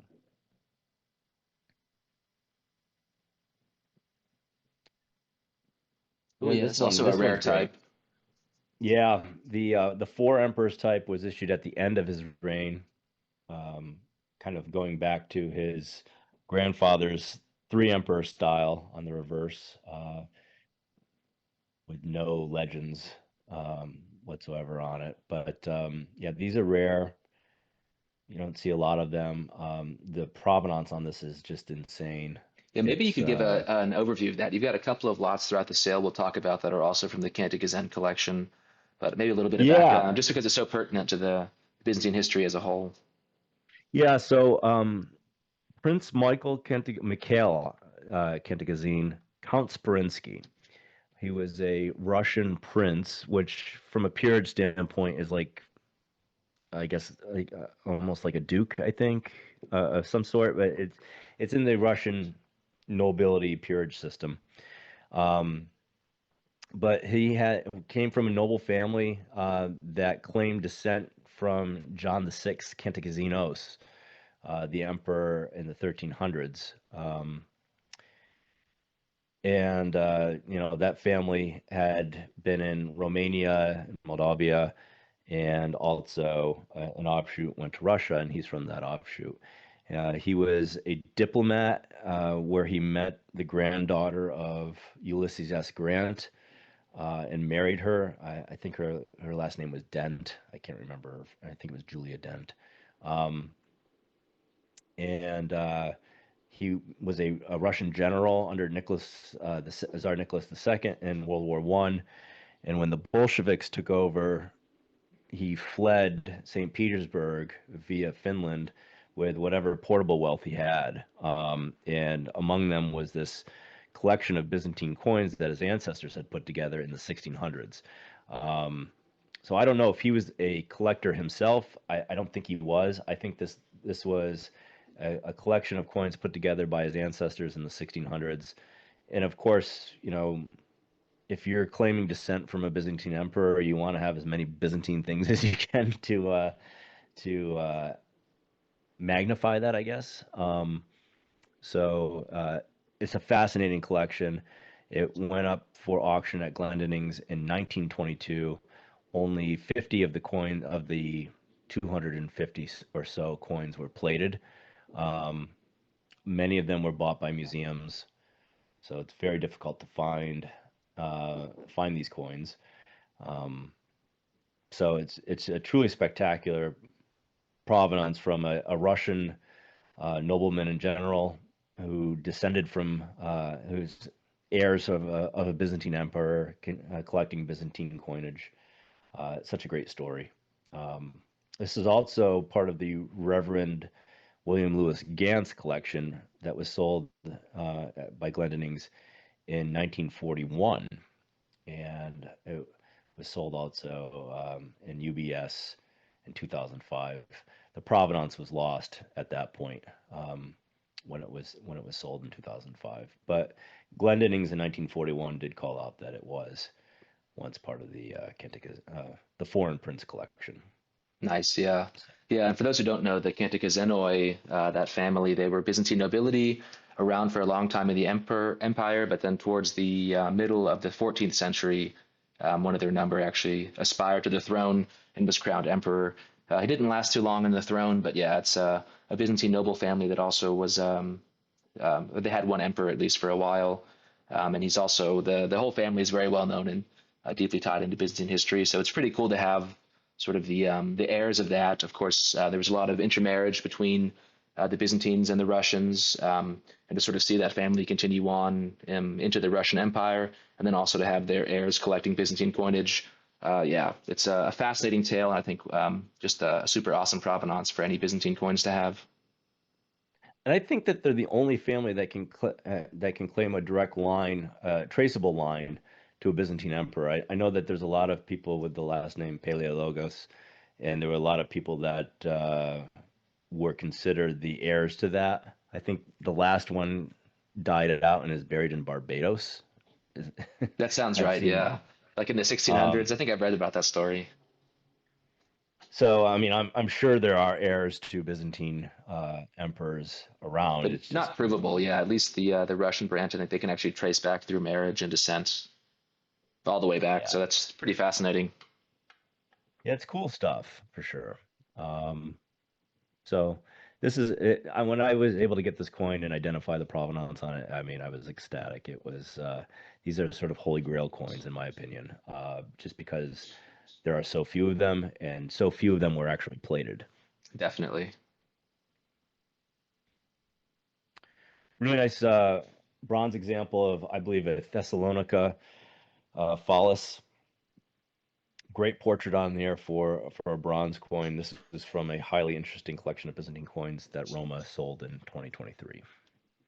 Yeah, you've got the theta there. I would think that seems like it's pretty clearly Thessalonica. Yeah, yeah. Dumbarton Oaks recognizes that. MIB does not, and I think Sear recognizes it Thessalonica. Hmm. That seems to make sense. This is another one of my favorite coins. This is a Constantine IV solidus from Syracuse, early in his reign, when they did this this bust style on his own. His brothers on either side of the cross potent, I believe it was Heraclius and Tiberius, were his brother's name. Um, Again, they only issued these in the beginning of his reign. Um, this is of, in my opinion, very fine style for the type. Certainly. It's a super crisp strike and just an absolutely bananas looking portrait and expression. I have said that it's sort of like the portrait is sort of like he just found out his father was killed, or he took mushrooms, or maybe both at the same The time. thousand yard stare. Yeah, it's this look of horror slash, I don't know, psychedelic horror maybe. But Emblematic though for Syracuse. yeah, yeah, it is. And this is a really nice example. This is also plated in MIB. They didn't add that to the header on things, but this is an MIB plate coin, and it's pedigreed to a Hess Luzerne sale in 1937. So it's got great Nice. pedigree as well. Yeah, that's about all you could I ask love this for. coin. Yes, it's got the trifecta, right? And it's a really nice coin in hand, really nice.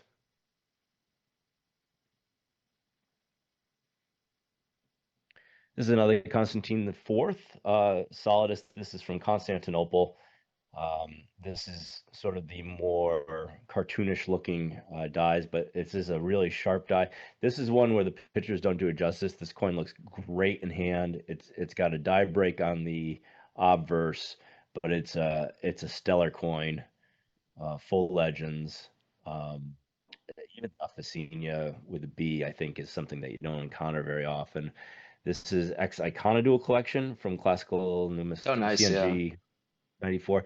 I would love to see what I see Iconodual stuff pop up all the time. It seems like he had a great collection. I would love to wish there was A I holistic wish overview. that Yeah. yeah, if you're gonna break up the collection, I wish that they would do like a catalog so you could keep it as sort of a reference and then break it up after the catalog is done, right? Because I don't Yeah. have any idea what the entire Icon Duel collection looked like. Same. It was spread out over many sales. Yeah. Across a number of years, if I recall correctly. Yeah. Yeah, I'm sure he was buying and selling and doing stuff like that. So, um, yeah, it's this is a nice coin for sure. The pictures don't do it justice. Yeah. I think this is Another my constant. favorite coin of the sale. Really? I've got to say Okay. that. Yeah. This uh this is a Constantine IV from Ravenna. This is super rare. Most of the Ravenna types have three pellets at the end of the legends. This one does not, so it would be seemingly unpublished. It is on the lighter side of things.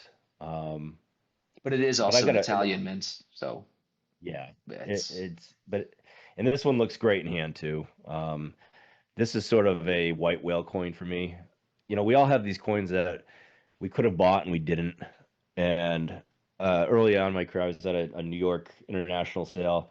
I won't say who the dealer was, but I liked the coin. I came back and I made an offer, and wouldn't take it. And then I gave him his price, and then I'm like, can I pay you with I didn't know anything about this, about how coin shows worked, I guess, at that point, especially with European dealers. And I was like, can I pay you with a credit card, or can I, and he's like, no, I need cash. And I was like, okay. Um, and it was on a Saturday afternoon, and all the banks had closed, so I couldn't get more cash to take it out. And I was like, all right, what do I got to do here to get this coin? And I ended up, now I could just, I could write a check to several dealers and they'd just cash it for me, right? But I wasn't on a relationship basis yet with a lot of people. And so I sold a couple coins and I got the cash. I came back to go buy the coin, and I count out the money that he had quoted me, and he said, no, it's in euros. And I'm like, what country are we? So he quoted me a figure in euros and then wanted more in dollars, and I got pissed and I walked away. I said, nope, I don't want it, and I walked away. Well, it really sort of grinded me up for years, and then the coin popped back up on the same dealer's website, and it was, of course, more money than what I would have paid for it back then, and I just bought it because it was the one that got away. Yeah, it's a So great coin and a great story. yeah, and it's one you learn, you know, you learn as you go on these things, right? So it's an awesome coin, and it was in a slab too. It was like in an AU slab, clipped 45405. Um, but it's a really cool coin, and it's I think a little bit nicer in hand than the photo suggests. Yeah, it's also interesting how the horseman motif on the shield is so clear. I mean, on the like official Constantinople issues, it's almost never that nice. That you would find sort of on a provincial mint that it's that much attention is paid to it. It's pretty interesting. Yeah, yeah, and Constantine IV, I think one of the only existing um, artistic portraits that survives of him is in a church in Ravenna. So he seems to have been fairly popular there. I can't remember the name of the church, but there's a portrait of him I know, that yeah, I know what you're survives. talking about. Yeah, where he looks very pale. Yeah, he doesn't look very good. I mean, and he was considered a very good emperor, and kind of stemmed the Islamic tide for a little bit against the caliphate, and the Yeah, he also first quote called unquote the what was siege. it, the Seventh Ecumenical Council, I think. I'm Yes, he forgetting which did. one, but Yeah, he oversaw a church council also. So I mean, also exercising influence not only in geopolitics but sort of the domestic front as well. and the first the first Arab siege of Constantinople, although I don't think it was a real siege, that took place over 4 years. Supposedly he won that, um, and he did some cool things, but he died and he was like 30 or 33 or something. He died young. Um, He simply I had to think make room for the best emperor ever, Justinian II. so this is a cool coin, and it's unpublished. They're very rare as it is, but without the pellets, Yeah, I I mean, think this they'd is a be real quite rarity, like the unique. kind of coin that you may never see again. Yeah, I think so too. Next up, this is another Constantine IV. This is from Constantinople. This is in high definition. This was ex PJ Donald collection, who is a famous Byzantine coin historian, Yeah, worked for yeah, Baldwin's well for a long known. time. And it was also in Jonathan Kern's collection. He had a great collection that he sold.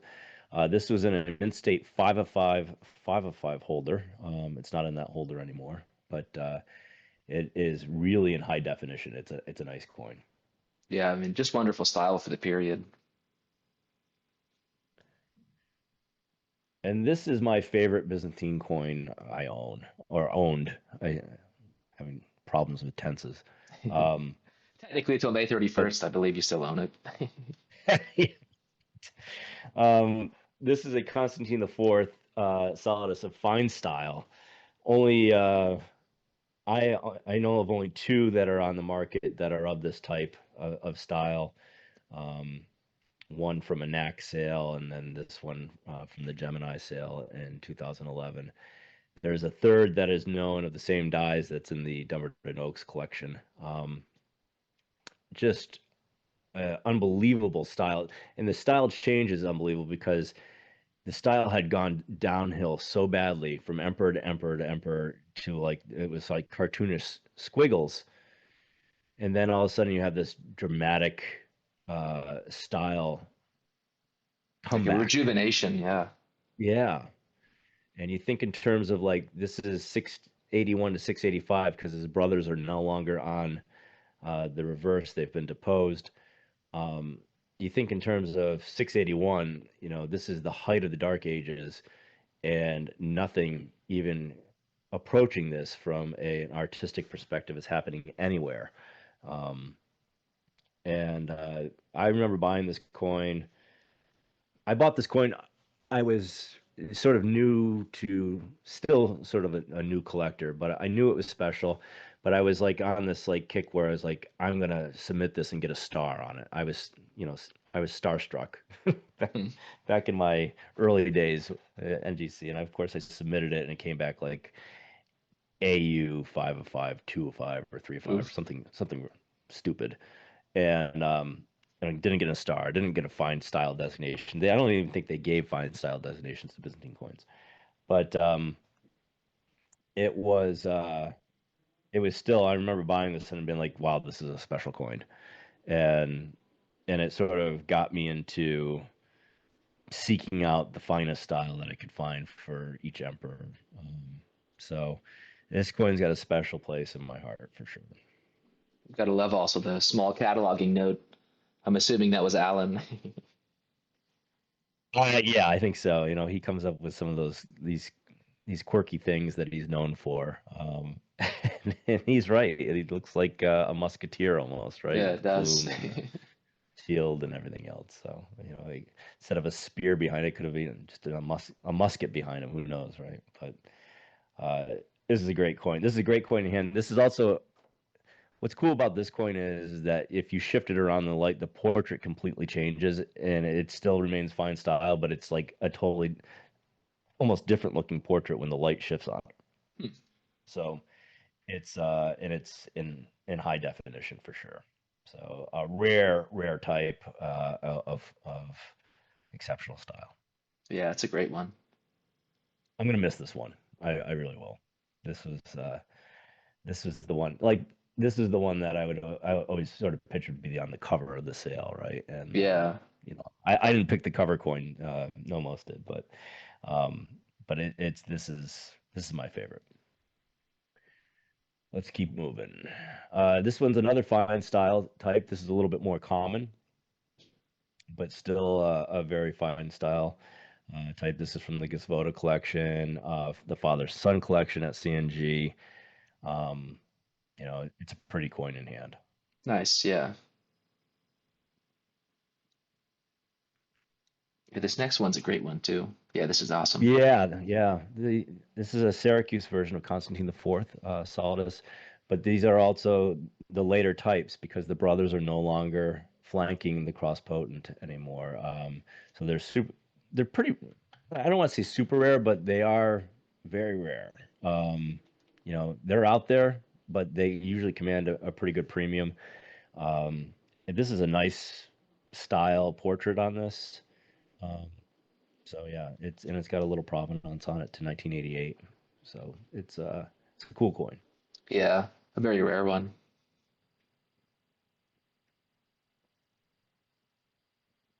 Next up, this is a tremesis of Justinian II to Naples, Italy. You and I have talked about this one, you know, in identifying that it was the plate coin in MIB, which you know they don't put that in the header on this one, but I don't think they need to. And it's pedigree to the Prince von Furstenberg sale in 1932 that was done by Kahn, and it's the only one of these in private hands. There's only four of these known. I believe the other two are in the British Museum and The Hague, and then there's this one. So if you want a tremesis of Justinian II, Naples, this is your guy because this is the only one out there. So it's pretty cool stuff. Yeah, definitely. And also with a nice provenance. It is pretty cool to Yeah, see. yeah.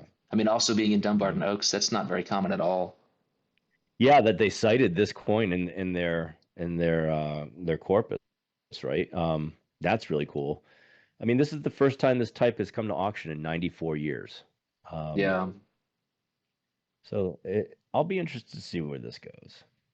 This is going to be It's one of those whale coins. You never know if two people really want it.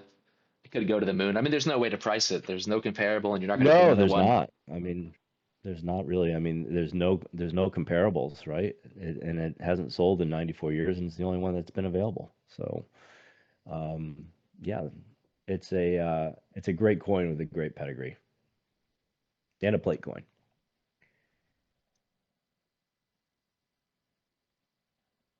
This is a young portrait of Justinian II. This is from the Driesman sale in Spink in 2000, and that he purchased it privately from Spink in 1964. Great portrait on this. These are rare. The youthful portraits, they didn't make a lot of these because I think clearly as emperor, you want to be, especially if you're young, you want to look older. Yeah, a mature So presentation.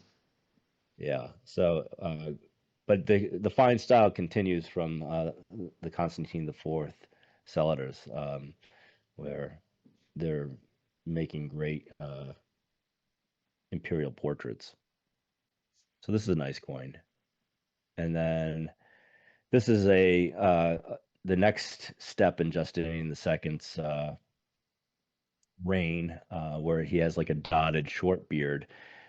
Very intense eyes on this. The photo, the photo's right. It shows that wear between the nose and the mouth. But if you tilt this coin in the light a little bit, it looks completely different. It almost looks like that it's a shadow underneath his nose.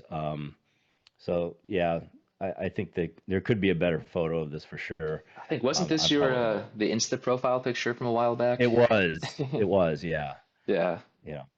And this is in a choice mint state 4 or 5 holder. It was not taken out of the holder, um, and it's really quite a coin in hand.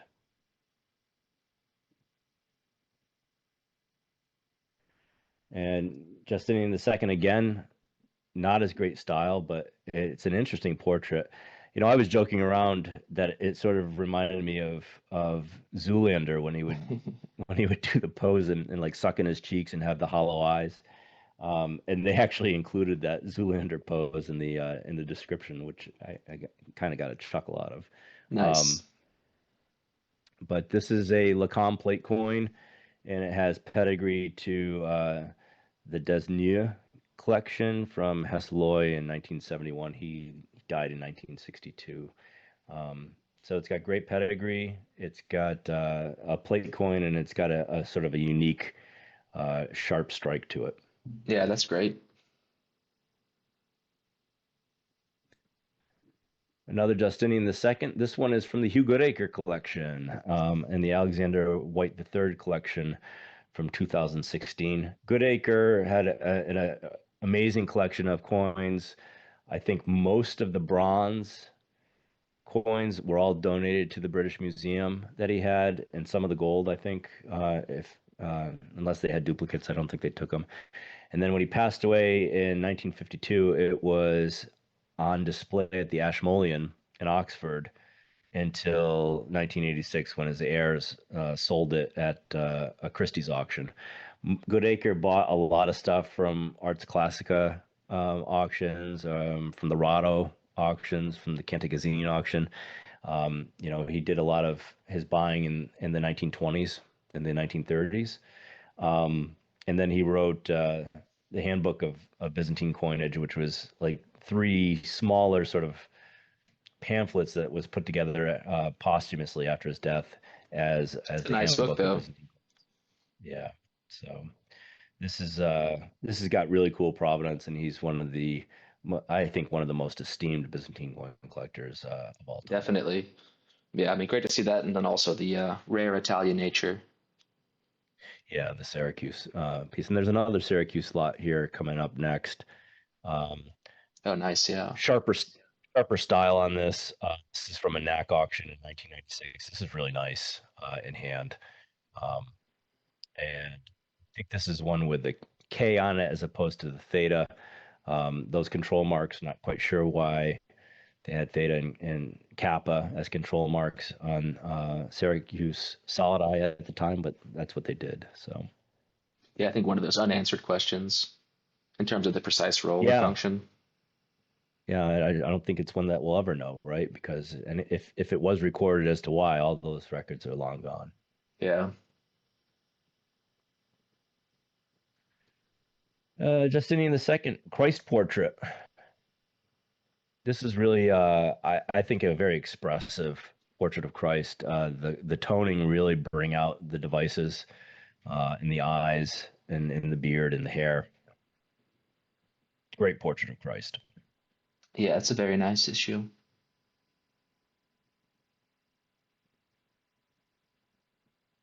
This is Leontius, the first of a couple Leontius solid eye. This has pedigree to Wayne Scheibel, and I found pedigree to the Dumbarton Oaks duplicate sale Yeah, that's in awesome. Glendennings in 1958. Yeah, there's not a lot of these that are plated, and they didn't have a huge amount that they were selling off as duplicates, but there were some. So it has a provenance to Dumbarton Oaks, which um, I think that's a very rarefied provenance. You're not going to see that very often. Yeah, that's kind of the gold standard in a certain sense. I mean, that collection is amazing, and you've seen it in Yeah, hand, it's and I have breathtaking. as well. You know, it's really a shockingly comprehensive collection. Yeah, Um, Amazing stuff.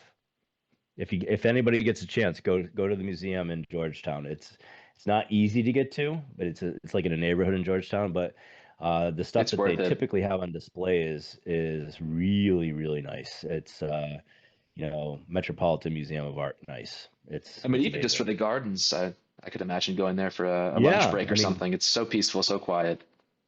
the gardens are wonderful, and then that whole section that is on like Native American, South American, Native American art that they have. Some of the pieces they have are very striking. Yeah.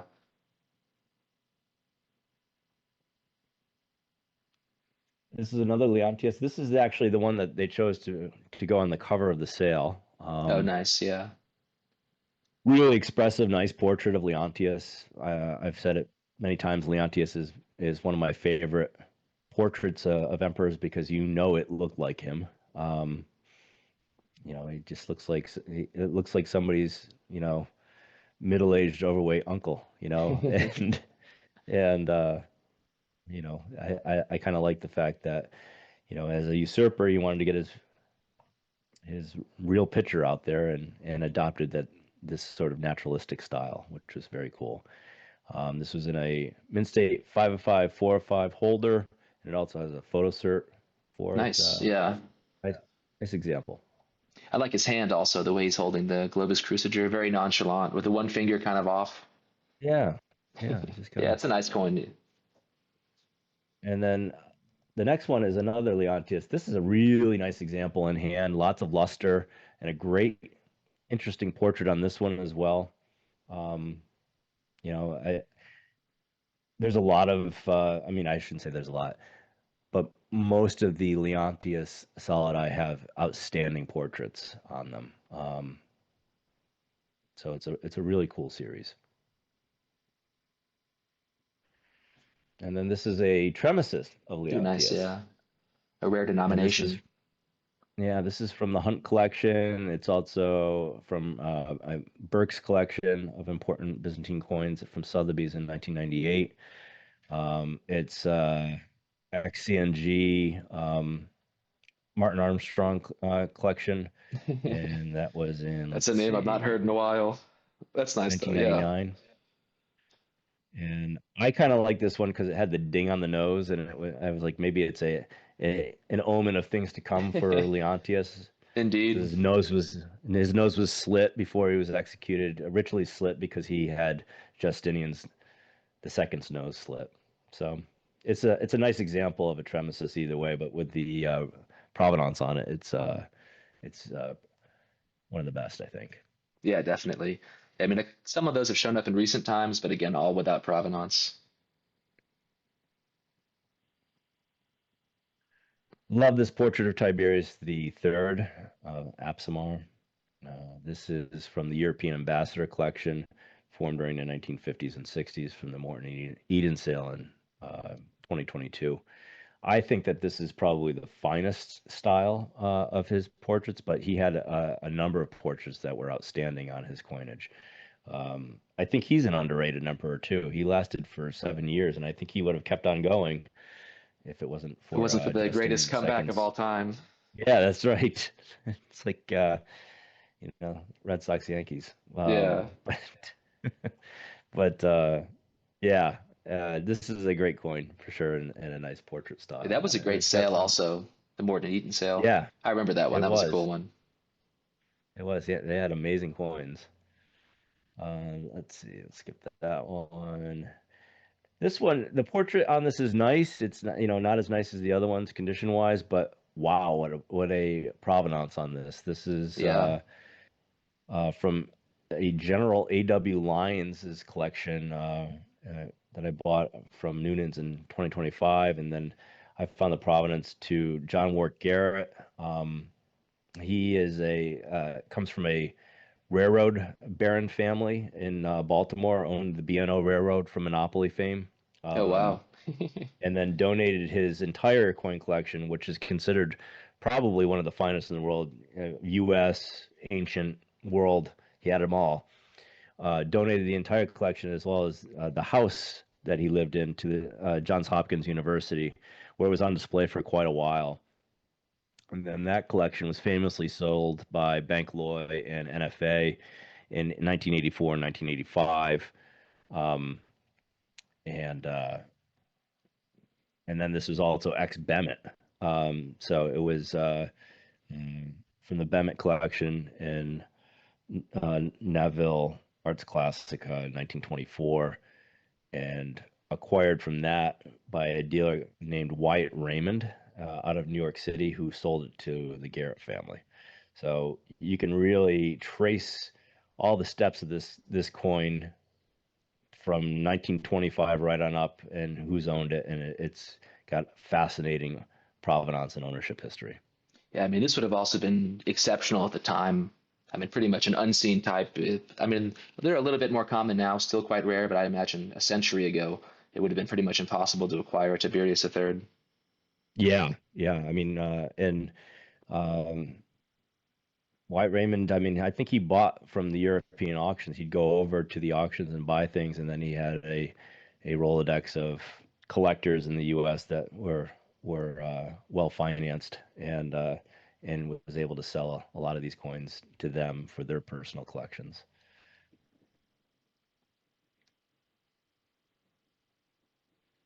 This coin is another Tiberius III. This is a beautiful coin in hand. This is a plate coin in Lacombe. It was in the NFA 18 sale from 1987, and it was in an M&M sale from 1970. It's really nice portrait, really nice full legends. It's a great coin. Yeah, that's awesome.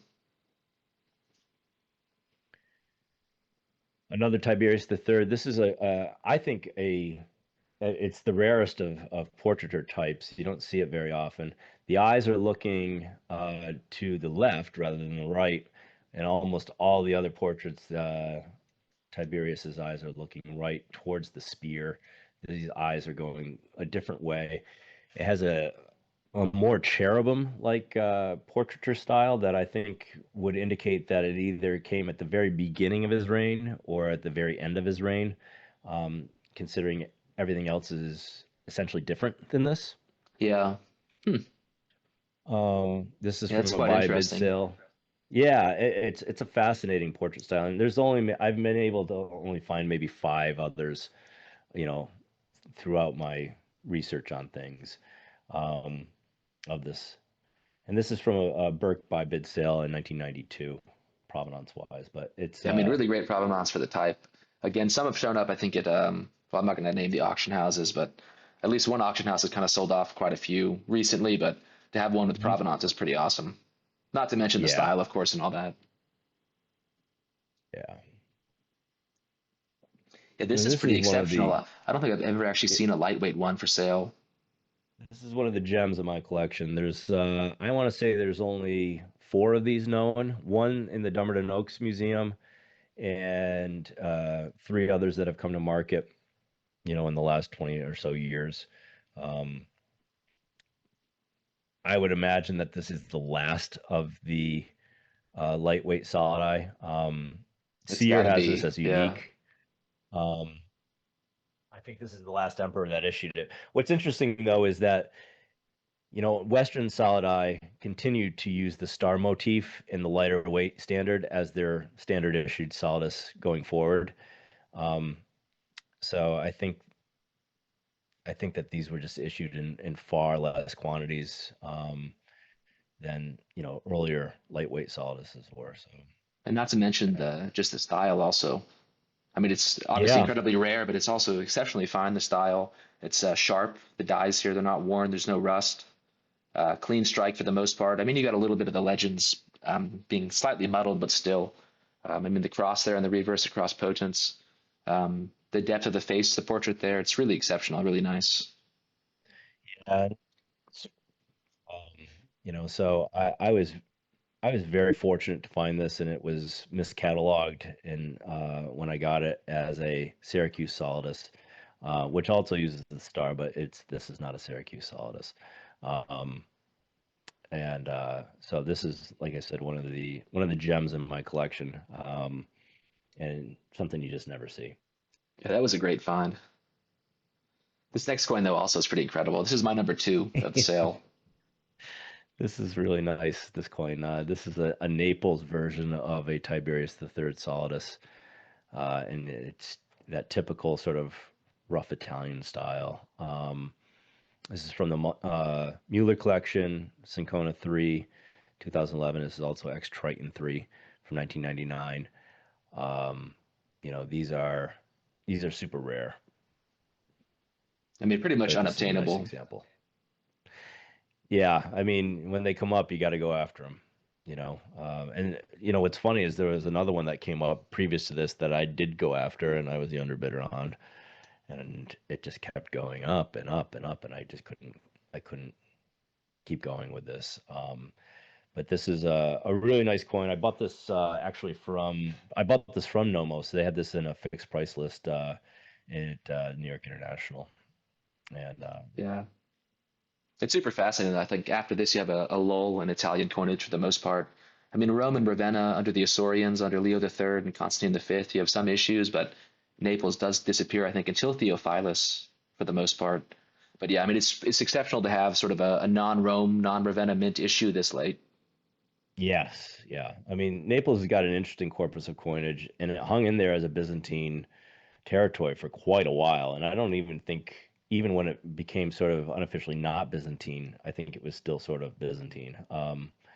And you can see on the reverse the star in the field that you'll see on almost all Italian mint coinages going forward is that star.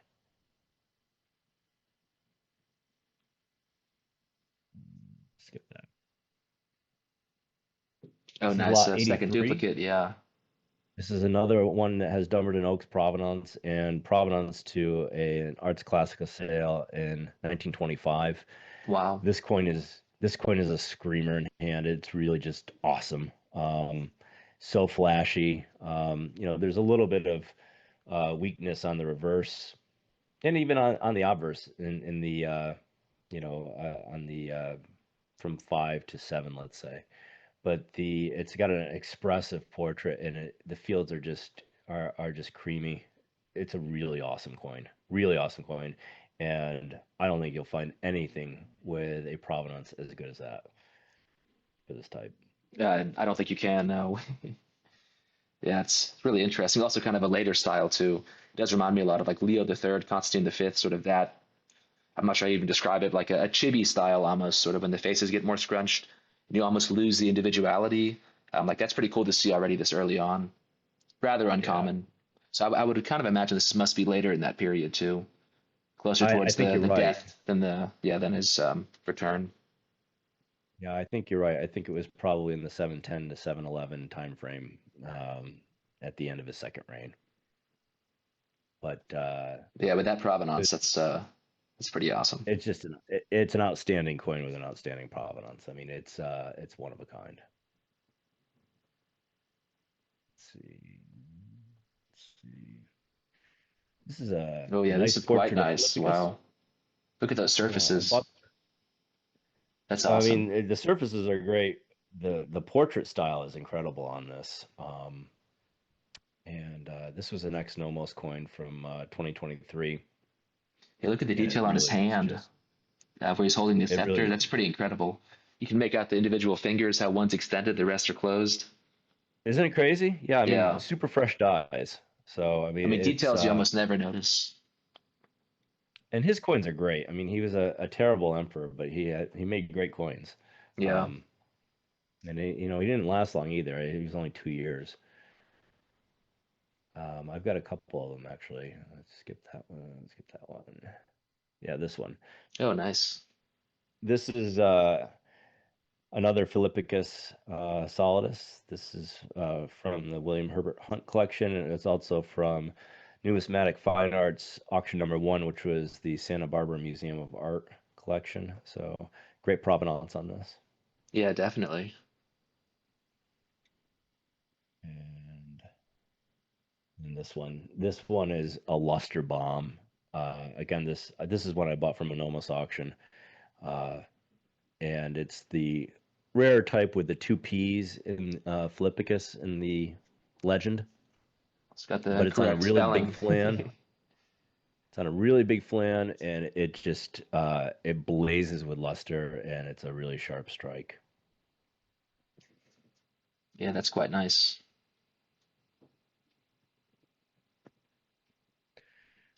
And then an Anastasius the second solidus. This is really in a high definition, a really nice strike. A decent portrait of the emperor on this.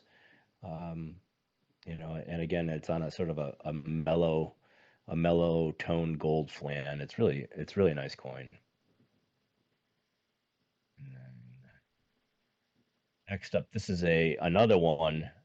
This is on a huge flan, as I recall, and this is an interesting portrait because the eyes almost seem cross-eyed a little bit, um, but it's a fascinating and rare portrait type, um, and again on a huge flan. Yeah.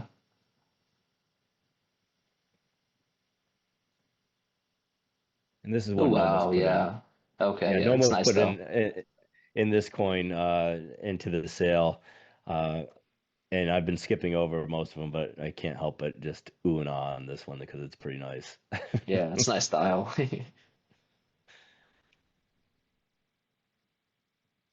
Theodosius III, Yeah, the Solidus. rarest.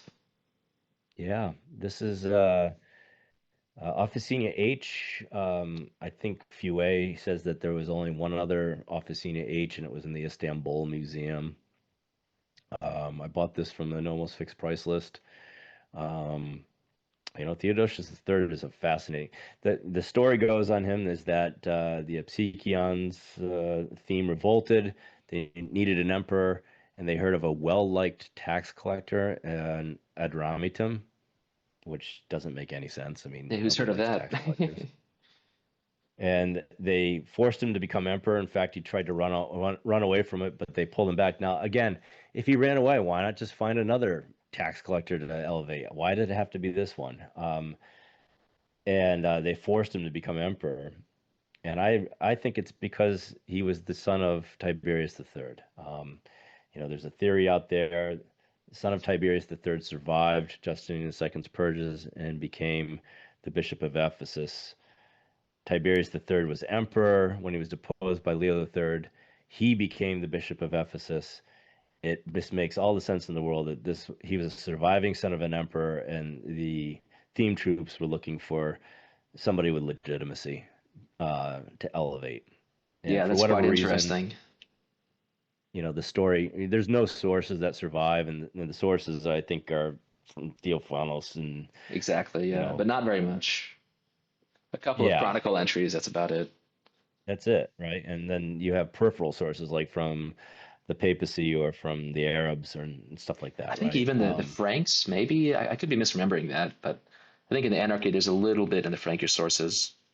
Like Yeah, the it could Venerable be, right? Bede in England, he actually records a little bit of the Anarchy also. But I mean, it's not enough to really glean new insight, but it's just more interesting to note that you actually have as far away as England continual ties with Byzantium, even in the face of the Arab onslaughts. That they still look to the emperor in the West, of course, before Charlemagne and all that. It's a very different political environment.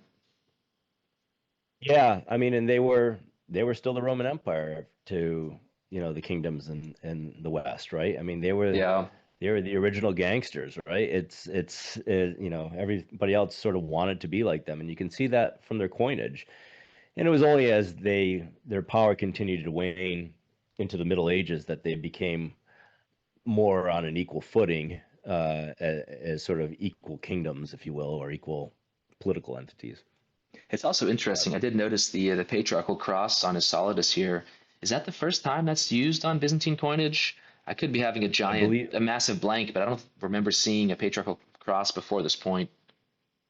so. I believe that's correct.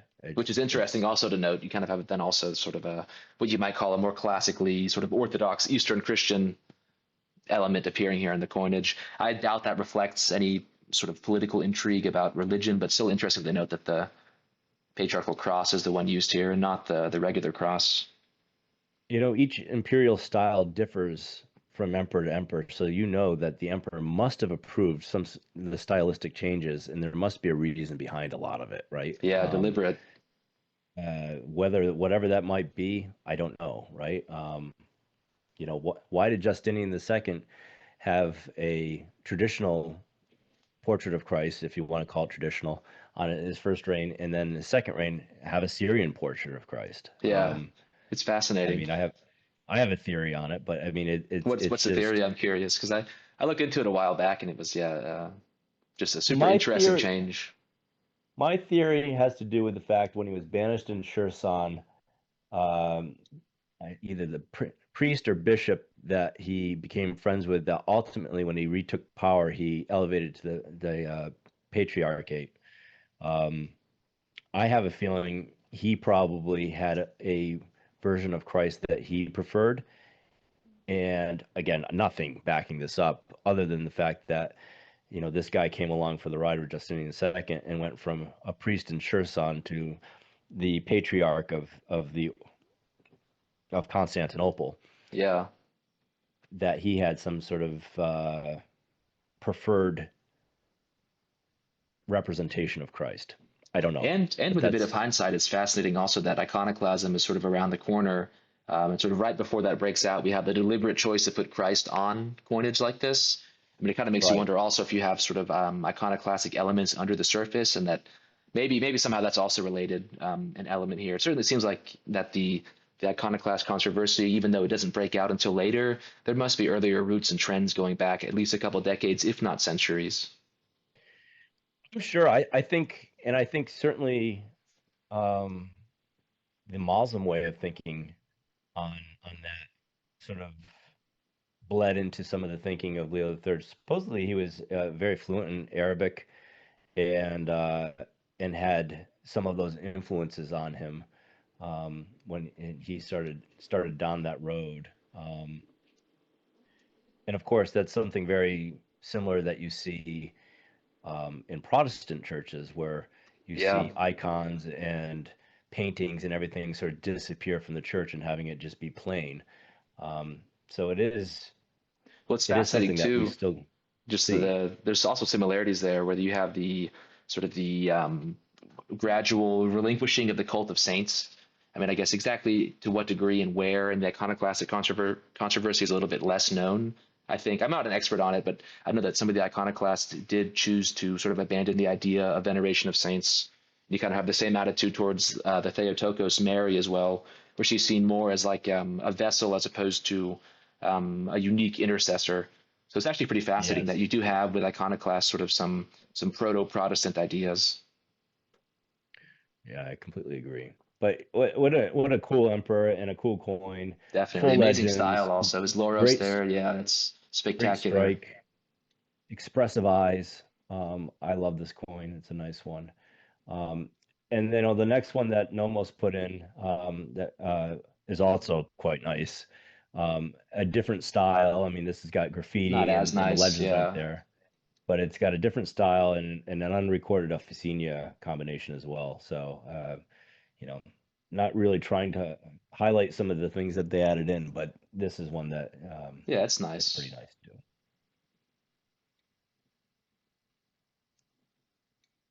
This is a Leo III Solidus early in his reign when he still had the cross potent on the reverse. Really nice portrait of Leo, stylized portrait. Yeah. Sort of, you don't see it like this very often. I got this from an almost fixed price list as well. Uh, this is a great coin in hand. And this is a Leo III with his young son, the future Constantine V, on the reverse. And to your point, you mentioned iconoclasm. I think that these things had already started to take root at this point, and the removal of the cross potent on the reverse, and setting the precedent for these dynastic issues that you will see throughout the Isaurian, um, from the Isaurians, put it that way, from the overall dynasty. Well, it's pretty cool too. I've seen that if you study the like if you look at the lead seals of Leo III and Constantine V, you see similar ideas also where the main idea and motif beforehand was actually the Theotokos holding the infant of Christ. I think that goes back to maybe Justinian in terms of imperials using that as a seal obverse, but you see it through Phocas, Heraclius, all these emperors. And Leo, when he sort of institutes the iconographical policy, gets rid of that actually. And we do have his lead seals before iconoclasm, where he still uses the Theotokos with the infant child. And I think around 720 or 721, actually, when he introduces his son on the reverse, is actually about the same time that the iconoclast policy takes off. His seals change, and also theories about the gold coinage as to why there are still people depicted. There's also theories that the cultural weights of expectations in terms of what sort of the provinces expected on gold coinage was so immense that Leo actually couldn't change the designs without sort of risking people rejecting the coinage outright. And that's why you see in the silver coinage the milliresion that he introduced, because it Hmm. was a new denomination. He was free to do what he wanted in terms of design. There was no cultural weight or precedent. So it's a really fascinating period too that extends in pretty much all directions, including numismatics. No, it's a great point, and just to further expand on this, I mean, Leo III was just another usurper as well. We know him as the founder of the Isaurian dynasty, and he survived, but we know how things turned out for him. But he had a lot of rebellions to deal with and different things, and just because he was successful with the Arab siege and then in other battles with the Arabs, he still didn't have the legitimacy of being from a dynasty. He founded a dynasty, but so he had to be careful with and pick his battles on certain things Definitely. because a lot of enemies, right? Well, it's So fascinating too. Like his iconoclasm wasn't as developed either. If you look at no, the right. sources, I guess the removal of like low icons that could be physically kissed was essentially his policy. But his son actually moves to Christology, the study of Christ's natures and why icons are a heresy. But there's little evidence that under Leo's reign that was the case. So you actually see also, like to your point, that the movement also develops and sort of gets flushed out. And you talk about, his son, he really kind of kicked iconoclasm into gear. But talk about an exceptional emperor that was just dirtied by historical chroniclers later on, right? Yeah. Constantine V, Coprino Nemus, the dung named or the shit named. Um, they just trash him, but he was an exceptional emperor and an exceptional military presence as well. And fought off a big civil war against Artavastos and somehow won. Yeah. And He lost the capital, which is unheard of. That I mean, if you lose the capital, you're yeah, pretty much that's it, right? guaranteed It's like, defeat. yep. Um, so anyway, back to this coin. This is a It has a provenance to a Cress auction in 1962, so it has a good pre-1970 provenance on it. That's pretty awesome. Yeah. This is a Leo IV and Constantine V Solidus with a posthumous portrait of Leo III on the reverse. Nice portrait of Leo III. This is from a Gordian Mosh sale. Definitely. Leo the Fourth looks quite chubby. Yeah, he does, doesn't he? I'm gonna probably speed up a little bit going through Yeah, because no I feel like we're worries. gonna Yeah. be here for like 4 hours. I'd talk all day about these coins. So, It's a great this sale. is That's how you can got great. tell. Yeah, well, that's true. Um, but this is a great coin. This is pedigree to a Hirsch sale in 1912, and then it's also ex Locket in Glendining's 1959. This is Leo the Fourth, Constantine the Fifth, Leo the Third. Sorry, it's Leo the Fourth and Constantine the Sixth, then Leo the Third and Constantine the Fifth posthumously on the reverse. But Yeah, great great, style, great great provenance. strike. Yeah, and I love how they say in many ways the stylized portraits seem remarkably similar to the glazed eye look people forced to sit through a particularly intellectual French Nouveau Vague movie. Yeah.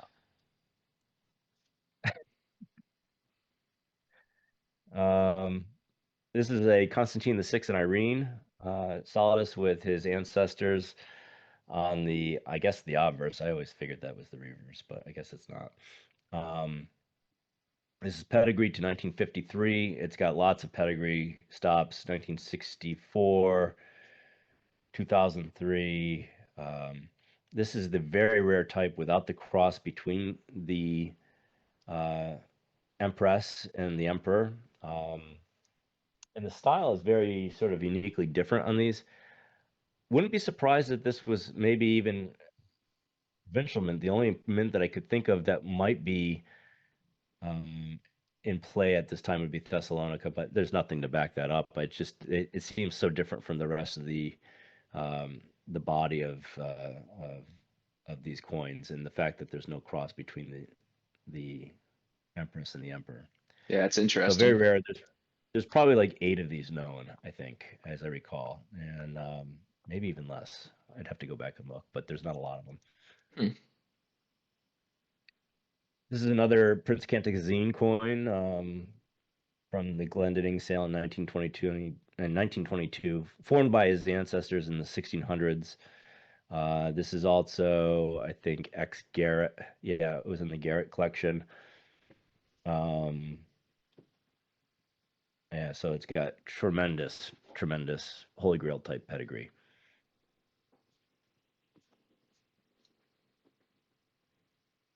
Oh wow. Yeah, this is Irene great.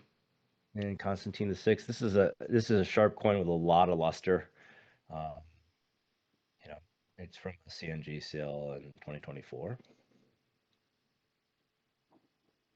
Nice example. Yeah, very nice.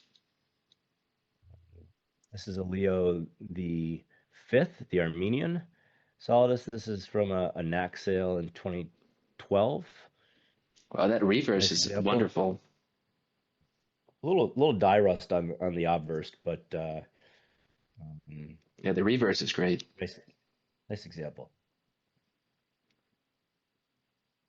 This is a super rare coin. Michael II, soul solely depicted on the coin on both sides, both the obverse and the reverse, before adding his studded. Um, there's 9 examples known, 4 in museums, so there's only 5 in private hands.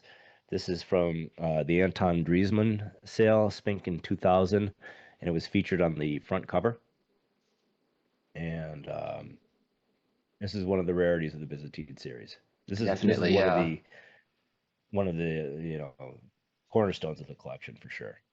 And if I'm not mistaken, the reverse is what makes it special, right? I think his normal coinage has the chlamys, but it's the loros that's hard to find depiction wise.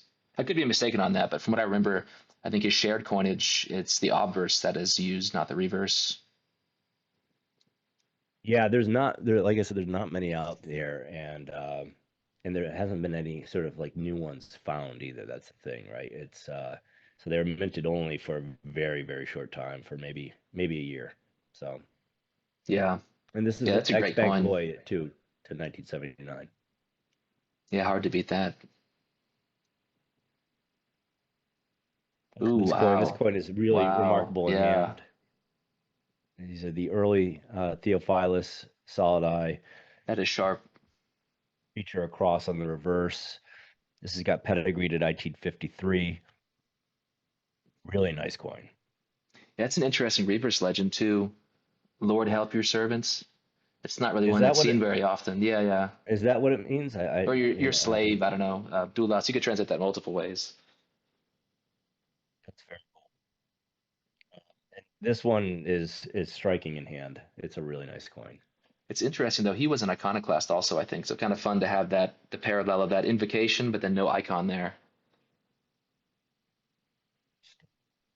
Yeah, he was it. He was a major iconoclast.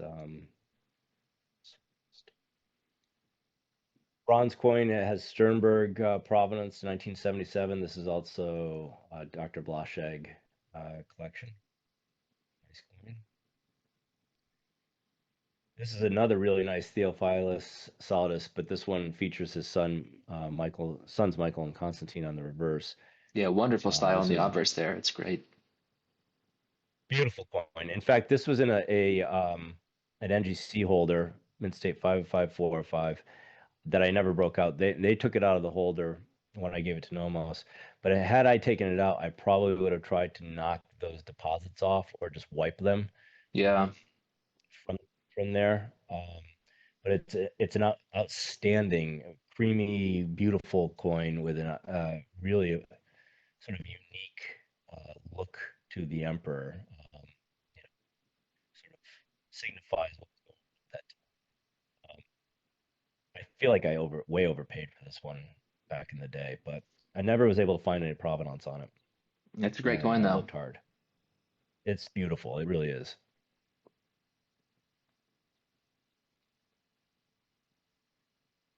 The dies are very cool. They're not mine, but Yeah, I've got mixed thoughts on. I don't know. I'm not educated enough to say anything in particular, but yeah, it's interesting for sure. yeah, interesting is the way I would go with it too.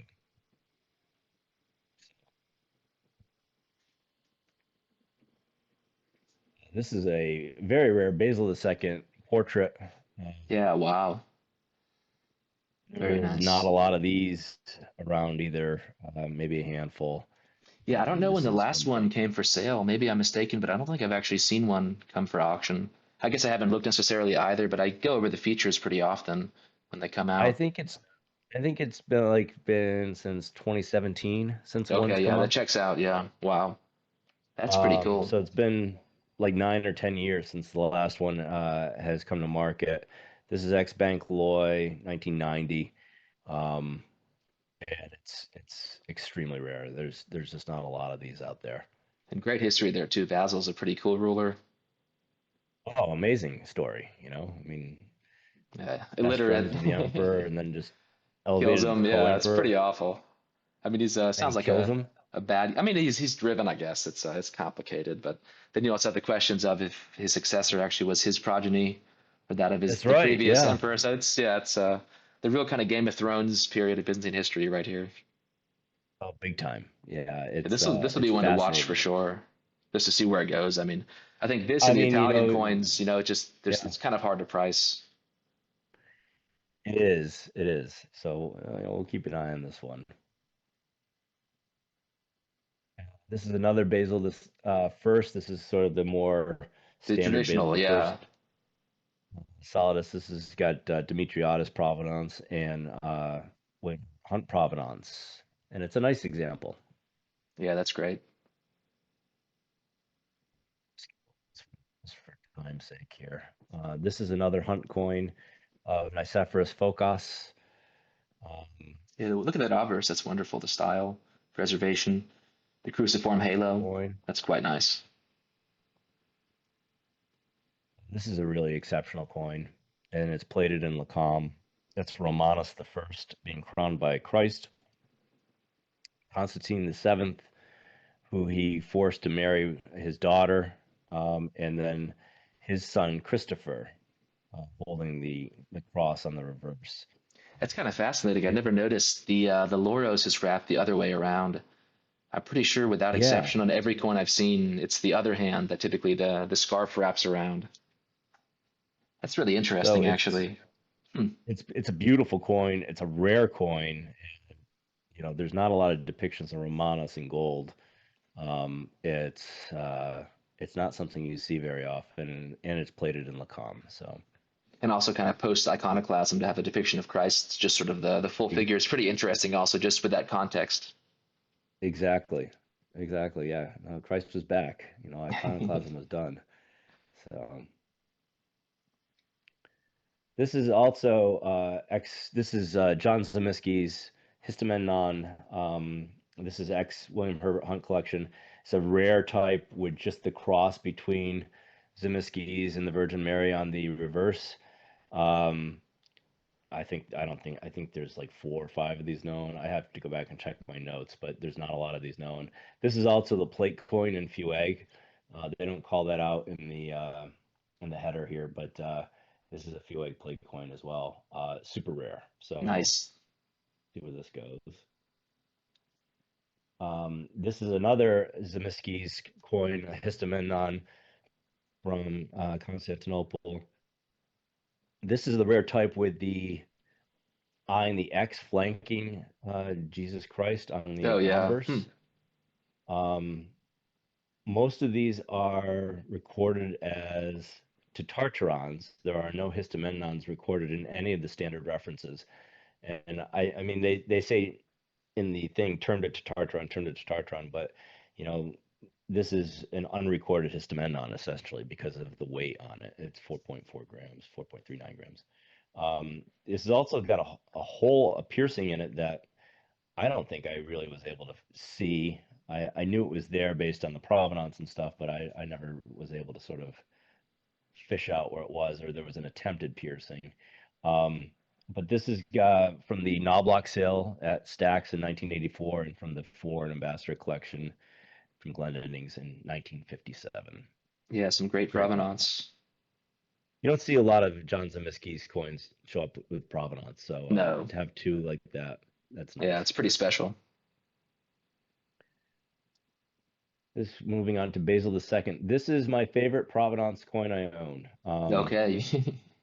Yeah, I know. It's That's quite the claim. Basil Because there's so many II great ones.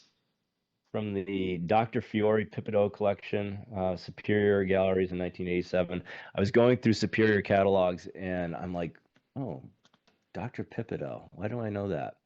And they had a whole write up on who he was and where he came from. And it turns out he was the doctor from my hometown, my little 20,000 person hometown. And Oh he had a wow. tremendous coin collection. And the name is sort of somewhat unique, so it just resonated when you live in a small town. Your family goes to all the doctors, and you hear the doctor's names repeated over and over again. I've never met him.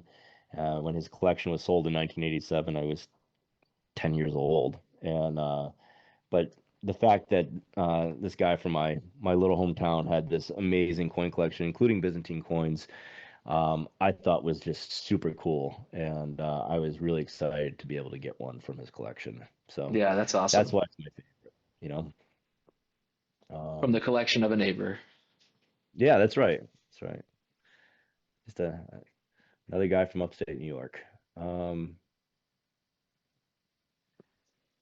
this is a very rare Tartaron from Basil II. The Hunt collection cites it as the second example known when they sold it in 1991. Not the greatest of shape, but the rarity is certainly there and the pedigree. Yeah, that's a great one. And this is an unpublished Histomenon from the Hunt collection with the crescent at the beginning of the legend on the reverse. Oh yeah. Hmm. And so that's an unpublished variant. Yeah, what a Um, great strike and style also on that reverse. It's you exceptional. know, to Quite have an clear. unpublished Basil II, that's pretty cool, I think. And again, And with with Hunt provenance provenance. too, yeah. And then another Basil II. This one's plated in Fouet and pedigreed to a crest sale in 1963. It was also sold in poise in 1968. Plate coining in Fue, and it was also in an NFA sale in 1989 too. So great provenance on that plate coin. That's pretty cool. This is one of my favorites. Oh wow, This yeah, is that is spectacular. this That's is a Basil perfect II. coin. This is X Hunt collection. It's extremely rare. There's only 3 of these known. One was from an M&M sale in 1964, and Dumbarton Oaks bought that one. The other 2 were in the Hunt collection. This one was in the 1990 sale, and then the other example was from the 1991 sale, and it had been previously mounted. So first time that this type of Tartaron has come to the market in 34 years since the Hunt sale, really. And boy, what a coin! The obverse of Christ is metallic looking. It's just incredible style and incredible strike. And then I the mean, it looks like reverse with modern iconography. It's that nice. it's gorgeous. I mean, and it's every bit as beautiful as this picture represents it as. And it's superbly rare. Um, so I'll be excited to see where this goes. This is an amazing coin. Oh, and this is also plated in Fue. I forgot to mention that. They say Fue 15A this coin, but they don't call out that it's a Fue plate coin, but it is plated in Fue. I just love this coin. Yeah, it's probably like not in terms of the entire picture, but I'd say the nicest in terms of just strike and artistry and quality. It would have to be that coin. Oh, yeah, it's so rare. Um, Constantine VIII. This is sort of a run-of-the-mill Constantine VIII. It's nice. Not any kind of real crazy pedigree on it or anything, but it's a nice example. Definitely, yeah. Yeah, that whole series tends to be quite nice in terms of artistry. I agree. It's sort of peak middle age artistry right there of the emperor for sure. To Tartaron, though, that's quite rare for him. Yeah, there's probably I think I figured out that there was 15 of these known and 8 of them are in museums, so it's like one Wow. of 7 known. And yeah, so it's a super rare type. It's from the Driesman collection and also Bank Loy, a fixed price list in 1975. Yeah, that's pretty So cool. I mean, the histamine very on rare. those coins are pretty common, so in comparison, this is really something you don't often see. No, very rarely do you see it. I agree. Um, Romanus III. This is a histamenon. This is the type with the um, I guess the Virgin Mary doesn't have a halo around her head. Oh, wow. Huh. Yeah, interesting. Uh, without the nimbus. That's what I was thinking of. What it was called? No nimbus. Crowning Romanus III. Sharp style on this on both sides. Sharp strike. This is a nice coin. And this is from a Freeman and Sear fixed price list in 1994. Constantine IX, histamenon. This is the rare type with the crescent on the globus Oh, yeah. cruciger. I went through this on one of my podcasts where we kind of detailed how many are out there. Dumbarton Oaks only called out 2 known examples. Many more have come to market since then. There's probably about 30 examples right now of this, but you don't see that very often. Yeah, that's a cool type. Doesn't he also have the supernova issue? He does, yeah. It must be related then, I would think. We'll see. Actually, so this type is more rare than the standard supernova issue. Um, just from a number of examples out there, but the supernova is a way better story, I guess. This is a pedigree to 1953. This is sort of a standard Constantine IX Quite nice, histamenon, but though. Yeah. really nice example. I mean, kind of a Oh, that's perfect got the original reverse. ticket Oh, nice. Yeah, too. that's always cool. Let's see. And then this is the first of the 2 supernova coins. This is a histamenon. It's concave. this is a really, really nice example. I mean, just creamy fields, um, fully struck, fresh dyes. I mean, they Ventured call it out also. as a truly spectacular example, and it is. You know, it's just an outstanding. If you're gonna buy one, this is the one to get because it's really just pristine. Um, Interesting. I didn't realize that was a sword. I was looking at it. I thought maybe it was just an odd engraving, but Nomos actually does mention that it's a scabbarded sword that he's yeah, holding. I wasn't sure if it was like an Akakia with kind of a weird finger, but right, no, that right, makes yeah. sense. Yeah, but that's also very unusual to have the militaristic iconography. I mean, you have Isaac, I guess, in the same period, who presents himself as a soldier, but yeah, that's pretty rare also. And I think, Constantine the XIX, I mean, he married into the family, and I think he was sort of a well-known sort of uh, wealthy aristocrat. I don't think he had much of a military background, so maybe he was trying to show some Trying to military impress. chops on his coins, yeah. Yeah, that's a And great then piece. and then this one is a smaller flat, small module. They call it flat fabric histamenon with the stars. These are super rare. There's only a handful of these known. This has got Hunt Provenance and Provenance to a Bank Loy sale in 1972.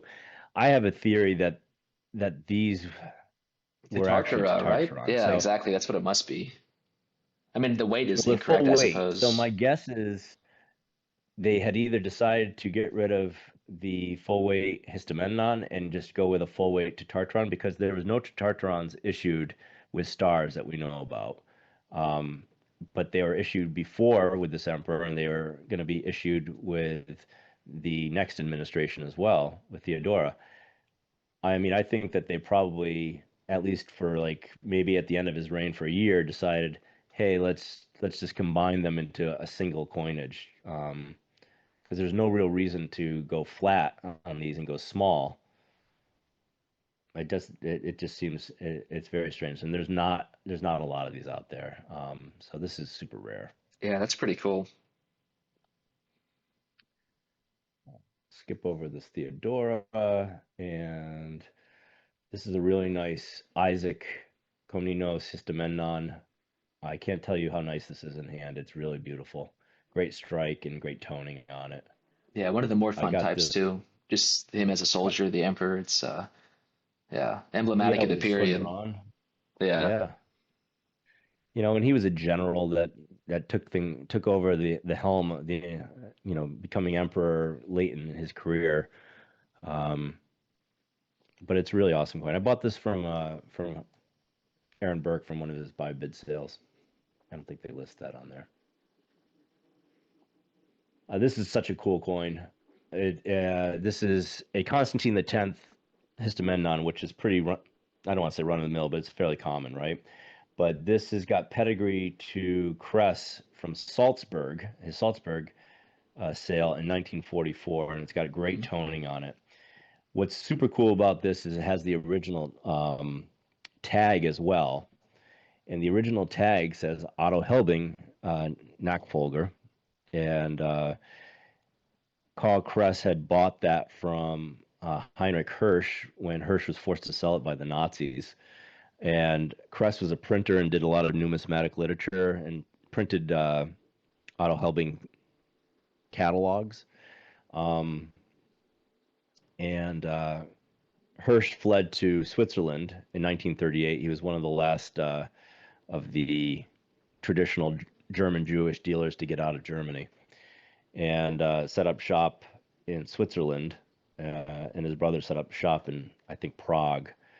And, I don't think his brother survived the war. I think he was killed in the Holocaust. But what's interesting is that Kress was forced to change the name because he couldn't have businesses that had Jewish names in 1943. Nazis made him change the name, so he made it Munzhanglung Karl Kress, and they kept the auctioning numbering from Otto Helbing. So Helbing had 88 auctions under that business name, and then Kress started it with the new name from auction 89. and this was in April of 1944, so it's deep in World War II.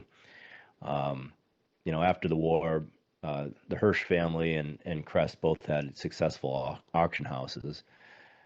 But it's the original ticket. It's I think it's really cool, and it's from a very scary time, and Well, but it's you in the know, name of it, the predecessor. Just to clarify, the ticket that they have, they reused the ones from Otto Helbing.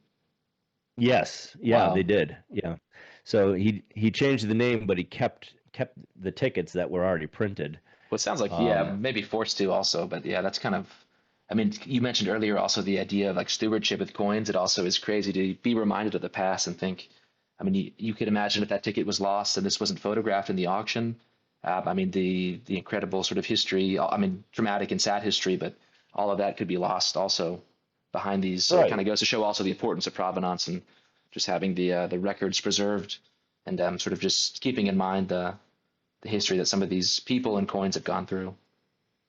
Well, it's interesting. There's a great paper that was written. I forget who the author was, but it was about the annihilation of the Jewish coin trade in Germany in the 1930s. Yeah, because the ancient coin trade was sort of centered in Frankfurt and to a lesser extent in Munich, but also in Munich. Um, and he talks about how these coin dealers sort of banded together almost as a cartel to do like fixed pricing to survive the hyperinflation of Weimar Germany and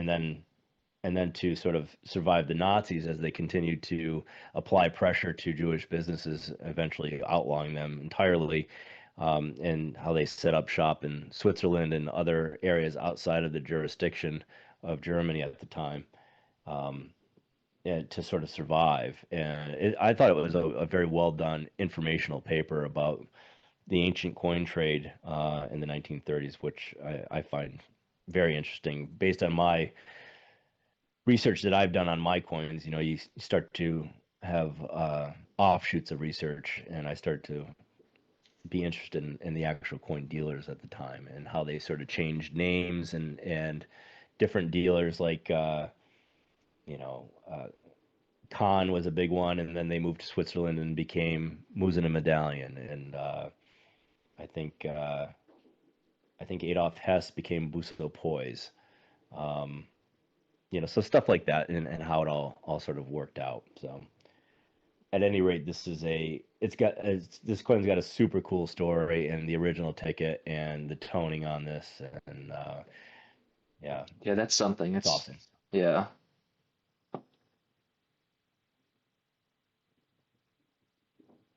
This is a Eudokia histomenon, and it's one of the best I've ever seen. This is just a screamer in hand. It was in a mint state 505 405 holder. Um, Great toning, great strike, great details. It's got like I think this is the one. Bosco Royale toning almost. It does a little bit, yeah. It's crazy. Yeah, it's a beautiful But coin. it's one of the best I've ever seen. I'll miss this coin too. I mean, I'll miss them all. Don't get me wrong, but there's certain ones that I was like, ooh, that's nice. This is a Romanus the Fourth Solidus. This is an AU star 505 505 holder. I have tried in vain to find provenance on this, but looking for provenance on concave coins is really tough. Yeah. It's really tough to try and base it on the photograph and how the angles that they photographed it from. But this is a really nice toned example. And then this is a Michael the Seventh histomenon, and this is in an AU star 505 505 holder. This thing looks like it was dipped in a nuclear reactor. It's got like purplish and brown and red toning on the Christ side, and then a really nice strike on the Emperor side. Yeah, it's a beautiful coin. How are we doing on time here? I mean, we only got a few more, but I We're know I feel perfect. like we've been Yeah. No, no, talking no. for a We're while. good. We're good on my end. Okay. Um, this is a pre-reform Alexei Komnenos histomenon. This is an electrum. Nice strike of this. This is from a Burke buy bid sale in Yeah, 1992. I mean, pre-reform, the quality is pretty awful in general, so it's Yeah, actually it's it's pretty tough. exceptional. I mean, it doesn't necessarily look that way, but like it really is.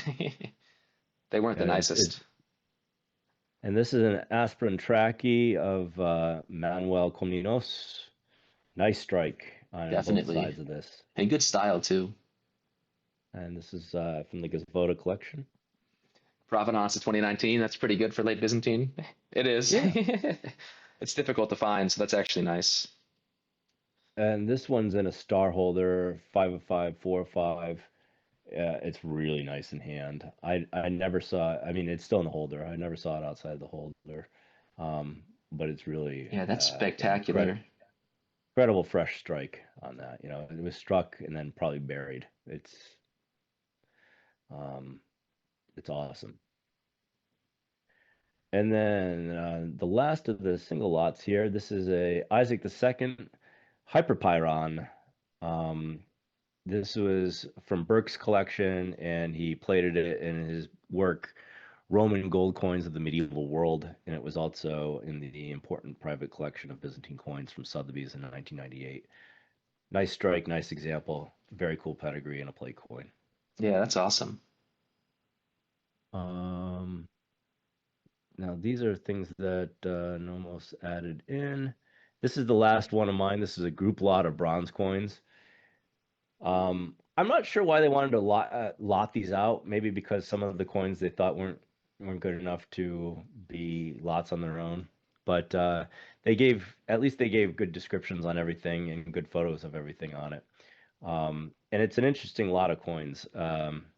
That Justinian I, which is the let's see, the uh, fifth coin going left to right. That is from the Burke England sale in 1989. It's a decanumium from Carthage. There's a Justin II decanumium with a hole through it, but it's the one that says Vita underneath, which I think is kind of cool, which is Latin for Yeah, life. life. Yeah, interesting. Um, Maurice Tiberius pentanumium. That's from the stock of Leo Hamburger from the 1890s through the 1910s with the original ticket. The original I'm surprised ticket that just didn't get individual allotted, just given the yeah, provenance. I I mean, was even if it's a too. crummy bronze, that's pretty cool. I was too, but I think they tried to sort of like take some good ones and some less good ones and sort of Fair, yeah, mush get them attention together. that way. The original ticket just has in Hamburger's rating a Sabatier reference on it, which I looked up, and it's that coin. It's not not plated in Sabatier, but The type. it's the coin is it's drawn. It's the same type. Put it that way. Um, and they have all sorts of attributions to it all over the place in Constantine and Numidia and Carthage. Um, the Phocas and Leontia is a really special coin. It's nice, amazing patina. It's in a star holder, an extra fine star holder. Um, there's no strike or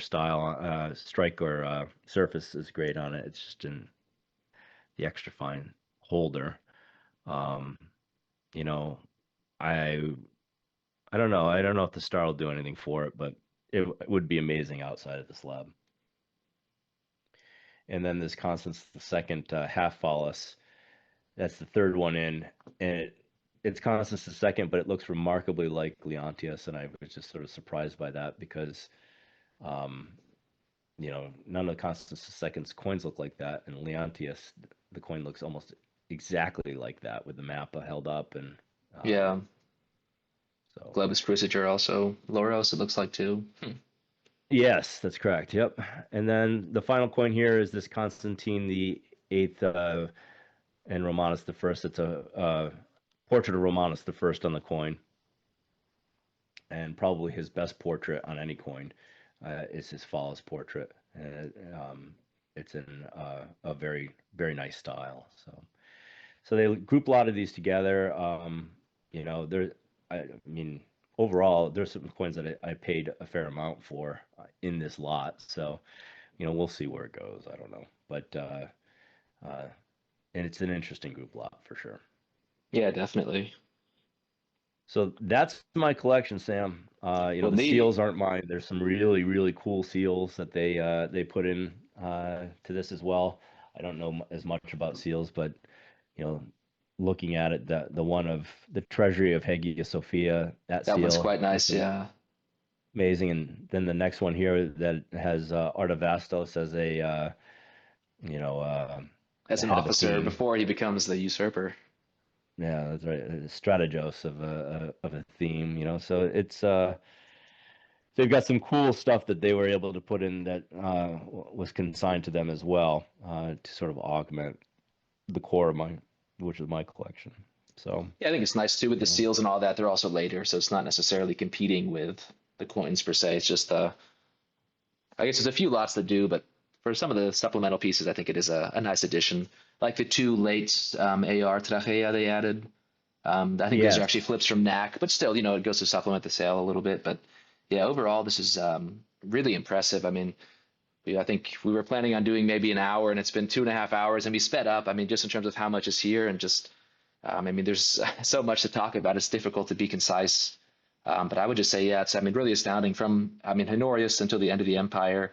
And you've got all kinds of rarities, all kinds of denominations, provenances. And I mean, most laudable, I think, is that pretty much almost without exception, you found the provenances for all these coins. You didn't buy them yeah, with the provenance displayed. I mean, that's a testament to who knows how many hundreds, if not thousands, of hours. A testament to also just I mean, just to pick up those skills and become familiar with the literature. That's really not simple at all. A complicated and technical process. So I think that the final sale here is it's laudable and a testament to your knowledge and growth as a collector. And yeah, it's really exciting to see, and I can't wait. I've got some targets myself, and I think that the sale's going to do very well. yeah. I'm excited for the sale. I'm excited for my girls to be there and my wife, you know, um, to be there. She has my wife's never really taken too much of an interest in the coins, and when I had them all put out on the dining room table and I was bagging them up to send off to Nomos. We had some people over and she saw them all together and she goes, "Wow, these are amazing." And I'm like, "Well, I've had them for a long time. You could have looked at them." But she's excited to go to Switzerland as well, and I appreciate the praise. It's been a labor of love, and I learned something. I still learn new things every day as I go through different sales and look at different auction catalogs and there's a lot of tools out there now that can help you find provenance on things. Coin Cabinet.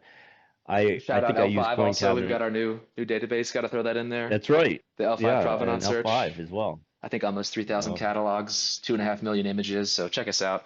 We're gonna do a separate video on that at some point, just for L5. I think I'll make a video for that. But yeah, it's pretty cool. The field is changing, but I mean, I think also a lot of these catalogs aren't digitized and they're hard to find. So yeah, that goes to show also that you put in effort to locate all that, Well, which is pretty cool. the thing is that if you put in the time and effort on these things, you learn things sort of by accident as well, as opposed to using an AI search engine that might be out there or L5. And I have used that, and I found provenance on it. I think one or two of the coins that I wouldn't have found otherwise, right? So, um, but for me, looking through the catalogs, I'll be looking for provenance on something else, and then I'll see something that catches my eye that I saw recently, and I'll find something provenance on something that I wasn't even looking for, right? And then in some part of your brain you file that away, and as new coins come to auction, you're kind of like, oh, I've seen that before. Where? And you kind of have to go back through and try and find it. But the more you immerse yourself in anything, the more of an expert you'll become, and the more learning you'll get out of it, I guess. So. And like I said, Definitely.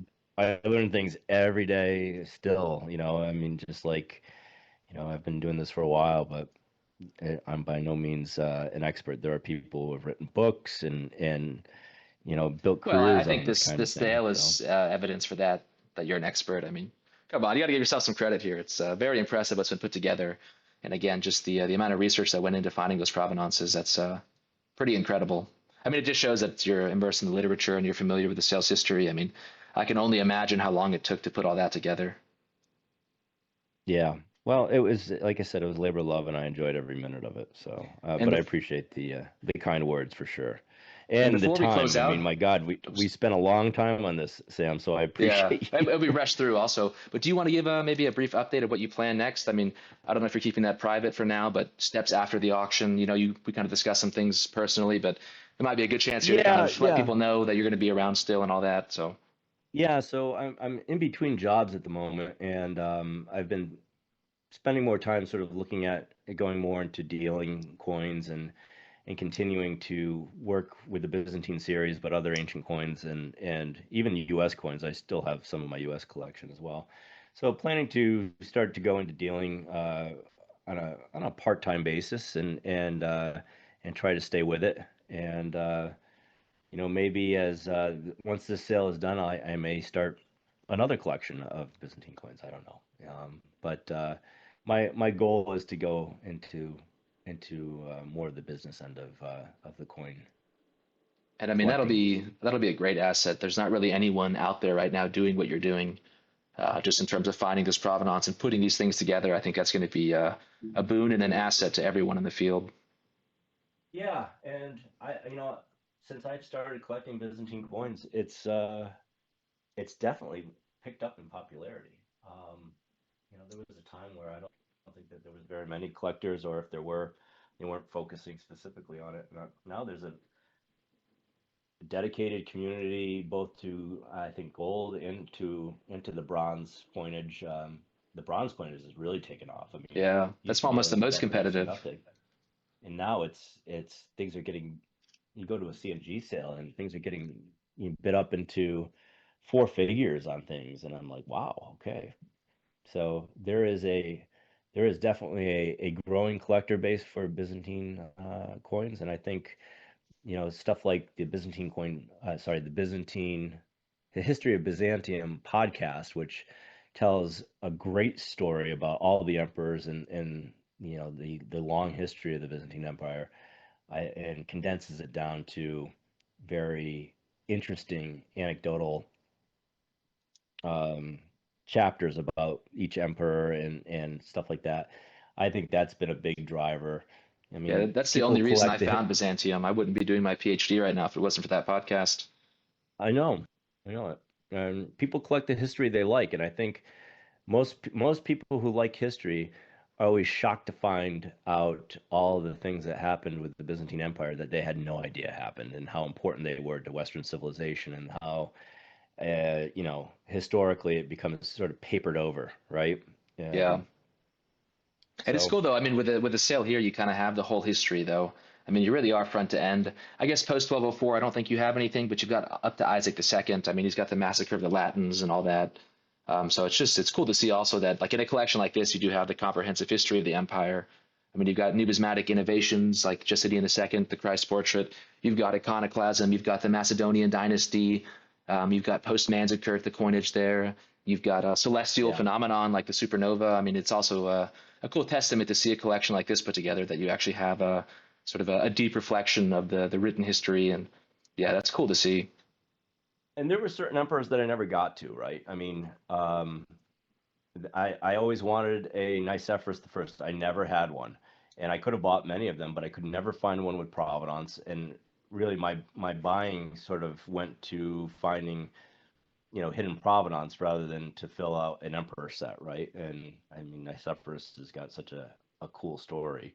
Yeah. Um, and so there's certain emperors that are missing, and then the other piece for me is not just needing the money, but also I'd gotten to a point where there are certain coins from the series that I will never be able to be competitive on, that I'll never be able to get.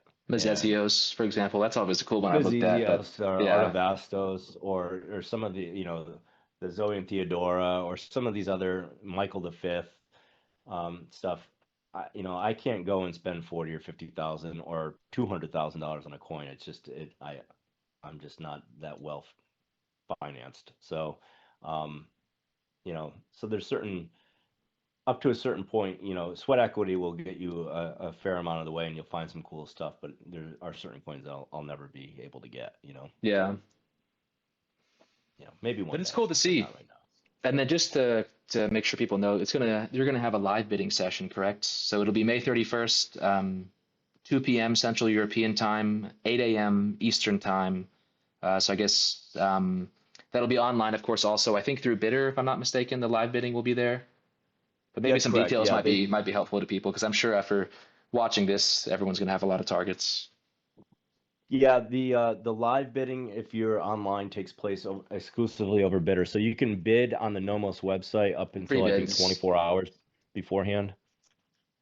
And then live bidding takes place on Bidder if you're online, and then it'll be an in-person sale. So there'll be a gallery bidding as well. So Yeah, I'm going to try to yeah, make that. I got to check my schedule now. I got to actually email my advisors, but if I can make it, that would be cool also. And I think also people will get in the mail if they're on the Nomos list, the printed catalog.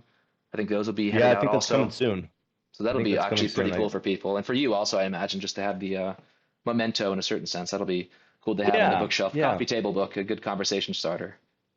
I mean, it's kind of nice. Anytime I miss my collection, I can always just open up the catalog and take a look at the awesome Nomos pictures in the write-up, right? So Well, it's thank you great. for your But time. Yeah, yeah, it's I gonna hope be you good to can get make the back on sale it. for sure. Yeah, that would. It's been fun to chat about it. I got a couple targets, so it'd be cool to bid in person. Yeah, yeah, it would. I hope you get there, man. I really do. Yeah.